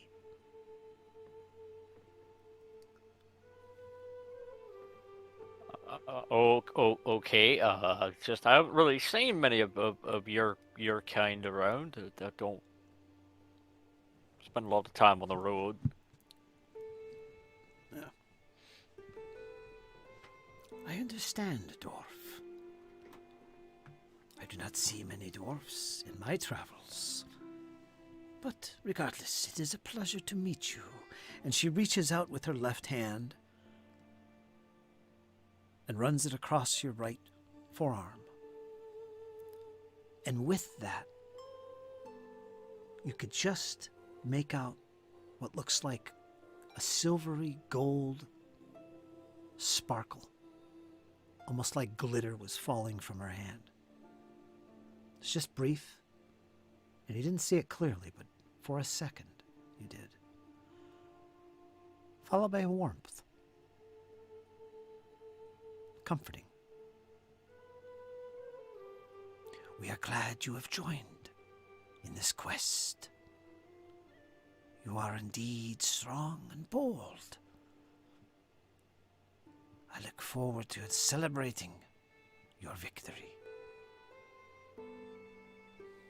Well, we dwarves, we're natural diggers, so going underground, you best send a dwarf, otherwise we just kind of get quite upset about those particular things, and we like to headbutt people in the knees if we can't, You do. reach them. Then, of course, the guard has to get involved. But dwarves, we are natural delvers. Mm-hmm. I was kind of offended I wasn't asked first to go descend into the gauntlight. You just arrived. It's only been a few days. It's Yeah. actually been quite a while.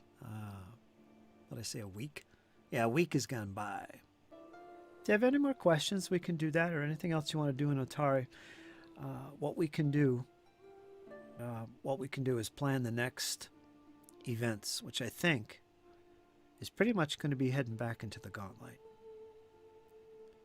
That's up to you to decide. In that case, a week won't pass. We'll pick up the next day or whenever it is that you head back. In fact, we can start that now. We're closing in on session end time, but not yet. So yeah, what is your next moves? Now right now you're at Rin's house, I guess, right? Yeah. Right. So if there's anything else you want to do there, do that. Otherwise, we'll go to the next location and, I don't know, maybe make some plans about what you guys are going to do. Like, what do we need? We need oil, fresh torches, bandit healing kits. Let's pool our money. You know, anything you want to do in preparation, we'll do that now. Patrick, got any ideas? And again, Patrick, I want to go over that with you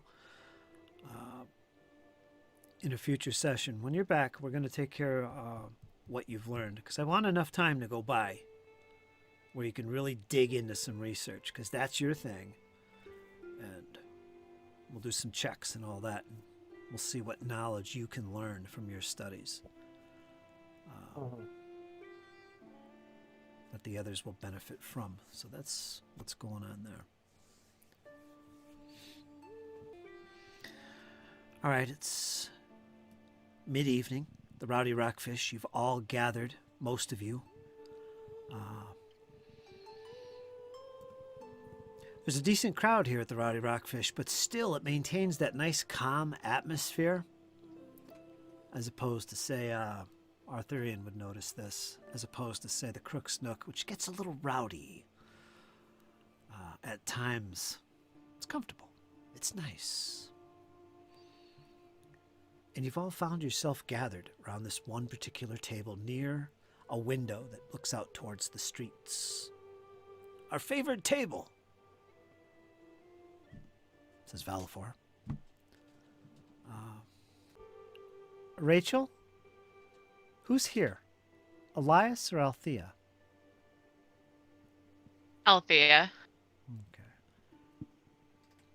Patrick, I'm going to bring you in as Maggie for the time being.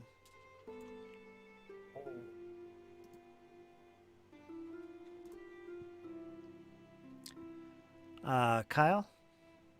Dane. He's got some farewells to say to Hamley before he heads up. Awesome. And who am I missing? Oh, Sheppy. We'll see who he brings in. We'll assume Sheppy and Valifor are both there as well. But the 5 of you have gathered.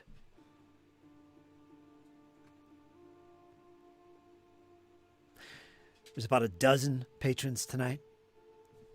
It's the middle of the week. Early evening, mid-evening. You've got a meal before you. More feasting. Oh, even though you're kind of stuffed, it was a grand meal at the mayor's house. Yeah. Wonderful place, actually. What are your plans?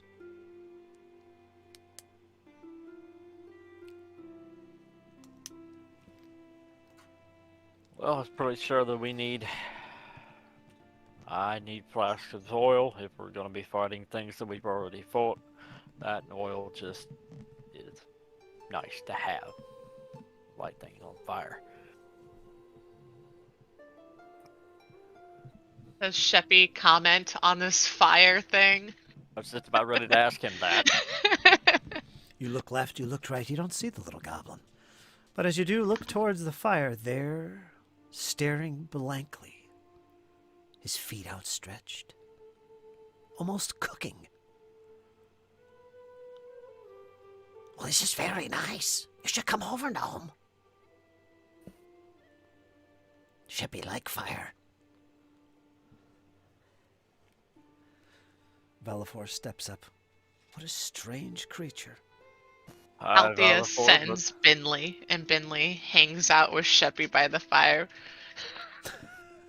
She's putting full trust that he's not gonna just eat him. Poor little Binley almost gets stepped on. Ah, it's a mouse! There's mice in here! Mice in this place! And suddenly there's people pulling their chairs out and they're Oh, looking no. around. Where? Get it. And suddenly old Brilda comes out from behind the bar there with a big broom in her hand. Where? Let me at 'em! We can't have mice in this place. Let me make perception roll. See if Binley... Althea's gonna make a distraction. Make a roll for stealth as Binley tries to hide behind a table leg. Uh-oh. Familiar's about to get a beating. Go ahead and make a blind stealth roll. And I'm going to compare that to some perception Did that work? DCs. Because Binley's got a different stealth than I do. Yeah, that's Binley's roll. All right, let's check out Brelda for one. Perception DC as she starts to look around with broom in hand, looking for this little mouse. I can't see him. You're all lying to me. He was here a second ago. I saw him. He was white with little patches or something. I saw him too, and he had big teeth. I saw nothing, friends.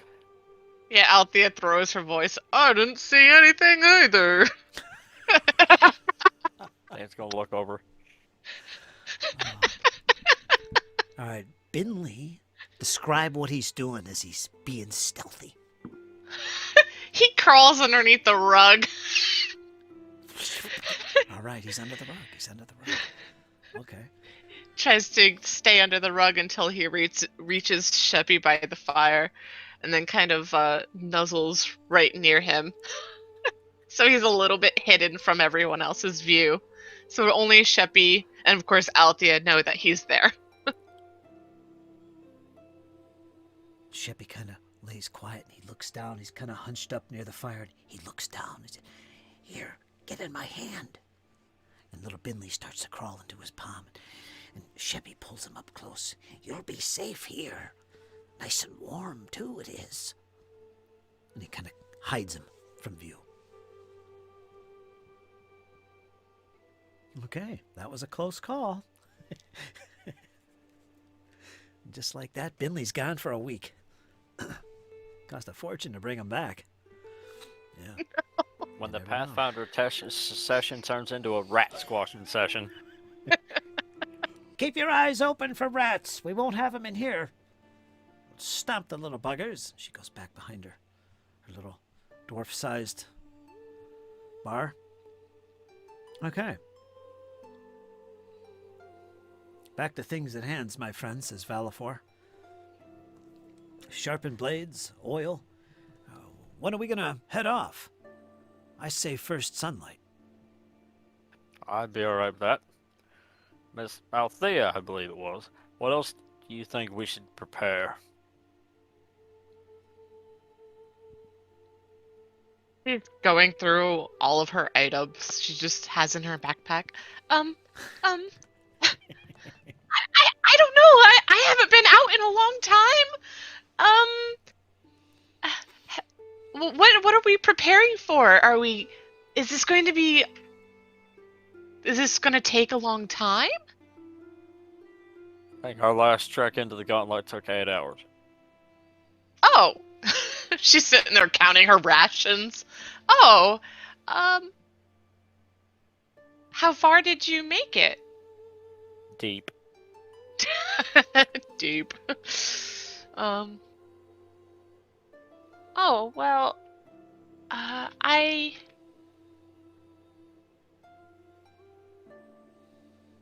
think I'm all set with what I have, but I've got some torches.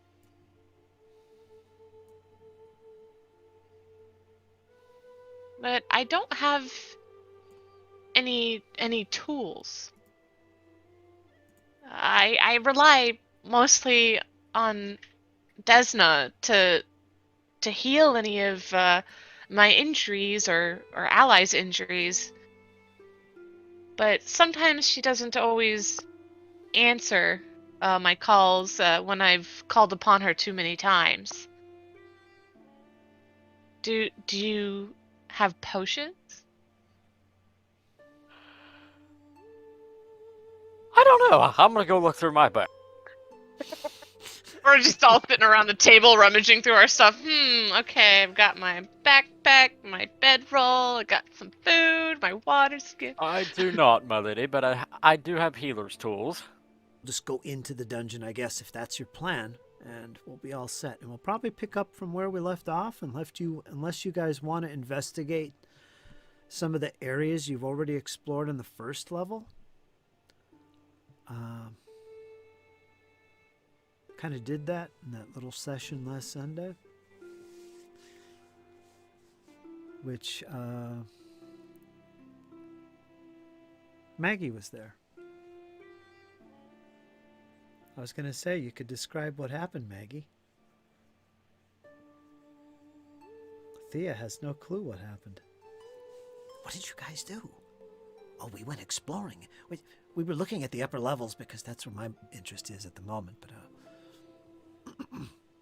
Maggie does actually know of an alternate way in that bypasses the whole first level. Or the entry level, we'll call it, where the little gremlin people live. There's an alternate entrance, a little cave near the pier, where a ruined house stands. Under the pier is a cave. You could climb down into it. Be careful, because the water of the lake that surrounds the gauntlight actually seeps in that little cave mouth. But if you're mindful, you can work your way down, and there before you stretched is this lake where I first encountered you in a small boat. The GM called it a dinghy, in fact, if I recall. But yeah, that's where you first met. So there's an alternate way in that way.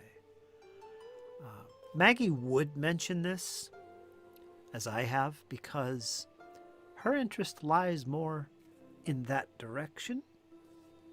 Patrick, it's up to you. But, yeah, there is that. Otherwise, you guys could just head back in. See if any gremlins are still around. Dane, you remember the gremlins? Made a little pact with them. What do you think I'm playing, Dane? Exactly. So that's what we'll plan for the next session. In the meantime, Brilla gets wild with the broom again. Make another stealth check. No, we did that. If she spotted him, she'd take a swing. I don't know what the damage would be, but I'm sure it would really hurt poor little Binley. I feel bad to do this, but let me make an attack roll. As she heads towards the fire and clobbers the goblin over the head. What are you hiding? I see him. And she's going to make a broom attack. She has a +9 on this. Ooh. 14. 14. So what's I see him. She whacks at him. Now, Binley, of course, will have cover. His armor class is 15. He's going to get a +2 to his armor class for cover. 17. 14 just misses. But she attacks again a second time with the broom. She's determined. Oh, yes, indeed. Not in my establishment. Yes, indeed. And there's nothing the little goblin can do except try and protect him, giving him armor class bonus. A second attack with a +4. Let me make this public so you can see the results. Actually, you should be able to see. It won't let me. Got a 15. Against your armor class +2. What is it? Binley's? Mm-hmm. Yeah, it's with +2, it's 17. 17. She got a 15, so she failed. Oh, she curses and screams profanities. Dane pipes up. That's my job. Quiet, you! And she really pulls back on this broom attack. It's only going to be -1. Fwumba! I usually get a natural 20 on this one.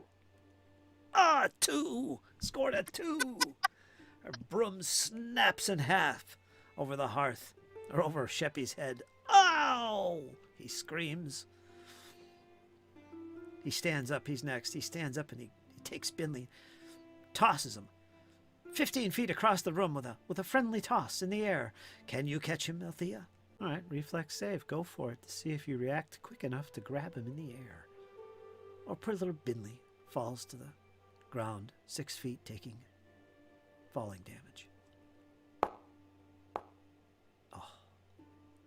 I got a 15. All right, you catch him. Right out of the air, you cup him in your hand. Prevent him from falling, taking 3 points of bludgeoning damage. He would have. He's still got 12 hit points. Does he? Yeah. Where's that dastardly mouse? I saw you throw him. Horrible. Horrible goblin. Get out of my establishment. At once. Nasty wench. Nasty dwarf. Arthurian steps in. Now, easy now, lassie. Your hips are next. I spent a night in jail for this goblin. Ah! She shakes her head and she lets out a primal yell. Out! Out! Everybody out of my establishment! Enough! We need to cleanse this place. Rodents everywhere. Everybody's nervous and pulling out chairs and getting ready to get out of the place. Brelda's acting up again, they say. And out the door you all go. We're out of here. Whew, boy, that was a close call. Yikes. Finley's back, safe in her apron. Or not her apron, her pocket.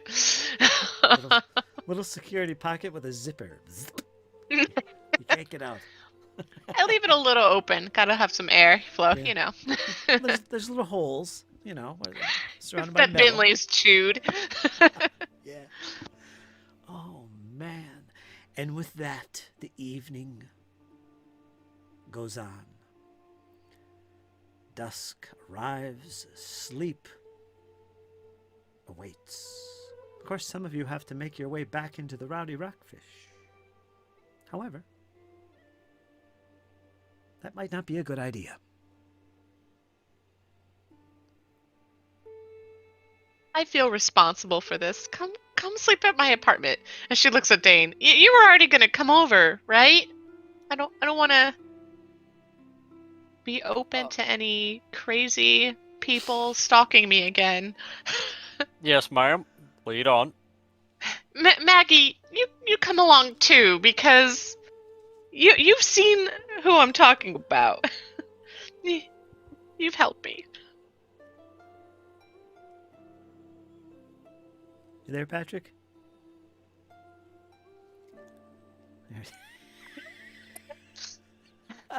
Okay. All right. And the invitation's always open for you, Sheppy, but I know how much you like the fishery.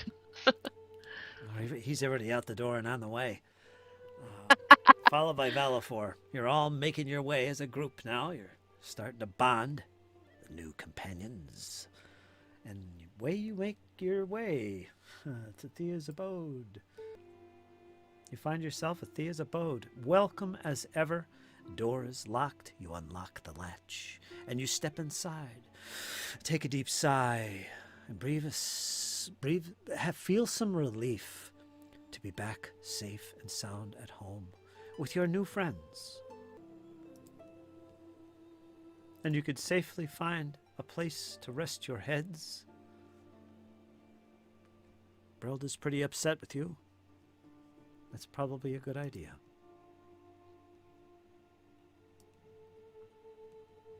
And what do you guys do? Just for the memes, Dane's going to draw his longsword, sit by the door on watch. At least until Althea goes to sleep, and then he's going to go to sleep. Trying to give her that air of everything is safe thing, like he promised. She makes her bed and tells both of them that either one of them can sleep there. Now this bed is gnome-sized. Yeah, that ain't But she happening for me. still shows the hospitality of, oh no, you can sleep in my bed. I'll sleep on the couch tonight. And she grabs some extra gnome-sized blankets, all of them.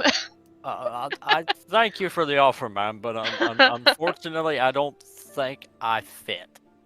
All right, Your legs will hang off the end, but your back will thank you in the morning. Yeah, but my feet will be on the floor, and that's a weird sleeping position. It's still better than sleeping in a bedroll out under the stars, where there's a rock eating at you. To be clear, this is a human-sized home. Althea, for the past 5 years, has obviously made some adjustments to the home. There is human-sized tables, but there's also gnome-sized tables and chairs. So there's plenty of accommodation. I mean, when she rented this place out, it came with the human-sized stuff already there, which she uses at times. But she has it set up where she's got a nice little bed just for her. And she's got a little table for her morning tea, and the sunlight hits it just perfectly through the window.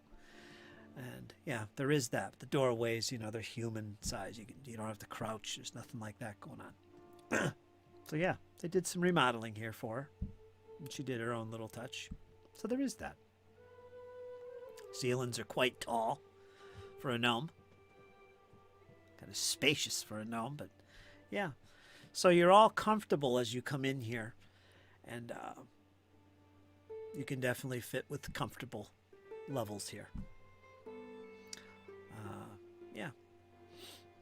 Nothing seems to be out of place, Althea. Everything looks okay. Now, let's go to our clock here, or a calendar, I should say. It is the 17th. That's the next day. That was the day of the meeting. And what we'll do, if you guys are all set, the next session will begin early morning. I guess that's when you want to begin this, and we'll just head back to the gauntlight and do our thing and explore. Call it here. It was a great night, a great session. Session 19. We're going into session 20 next week, and boy, I can't wait. Back to the gauntlight we go. Swords at the ready. Mice climbing walls. We've got goblins. We've got clubs. We've got headbutts and wrestling. Episode 20 is coming up next Sunday, or thereabouts. So, till next time, folks, we're going to let everybody say a goodbye here. We're going to start off with Patrick this time. Patrick, what's going on? This will be your goodbye, because we won't see you for off and on, I think, for the whole month. Do you have a good time? Yeah, always. Awesome. I can't wait to see what happens when you come back and learn some vital information regarding the gauntlight. Mm-hmm. That'll be Farley Tell, though. So, whichever one you come back with. I like Farley Tell. He's been around with us for a long time. And, of course, Jesse, you popped in at the end. You might as well shoot in a goodbye as well. You've missed the past few sessions. Sheppy's played a role. He's been around. He's been in the shadows, just like tonight. Feel free to say goodbye. Yeah, hey, can't wait for next session. I will be playing Sheppy, my goblin sorcerer. He's awesome, too. He's definitely fun to play, and I can't wait. So, thanks for everything, Fritz. And to the next session, everyone to arms. Can't wait. All right. Excellent. And what do you think, Dane? Well, I mean, it's definitely been he's been a lot of fun to watch, and the mannerisms and such, and Jesse really, you bring the character to life. You make the goblins here, and so I think the bulk of the credit should go to Jesse on this one. Mm-hmm. For the way that he RPs and the mannerisms and the no dwarf, no. I love it. That sort of thing. So no dwarf, don't headbutt that. Fire good, ice bad. Yeah, it's Yeah. awesome. Things like that. So Coffee and Pathfinder. I can't see it any other way. Mm-hmm.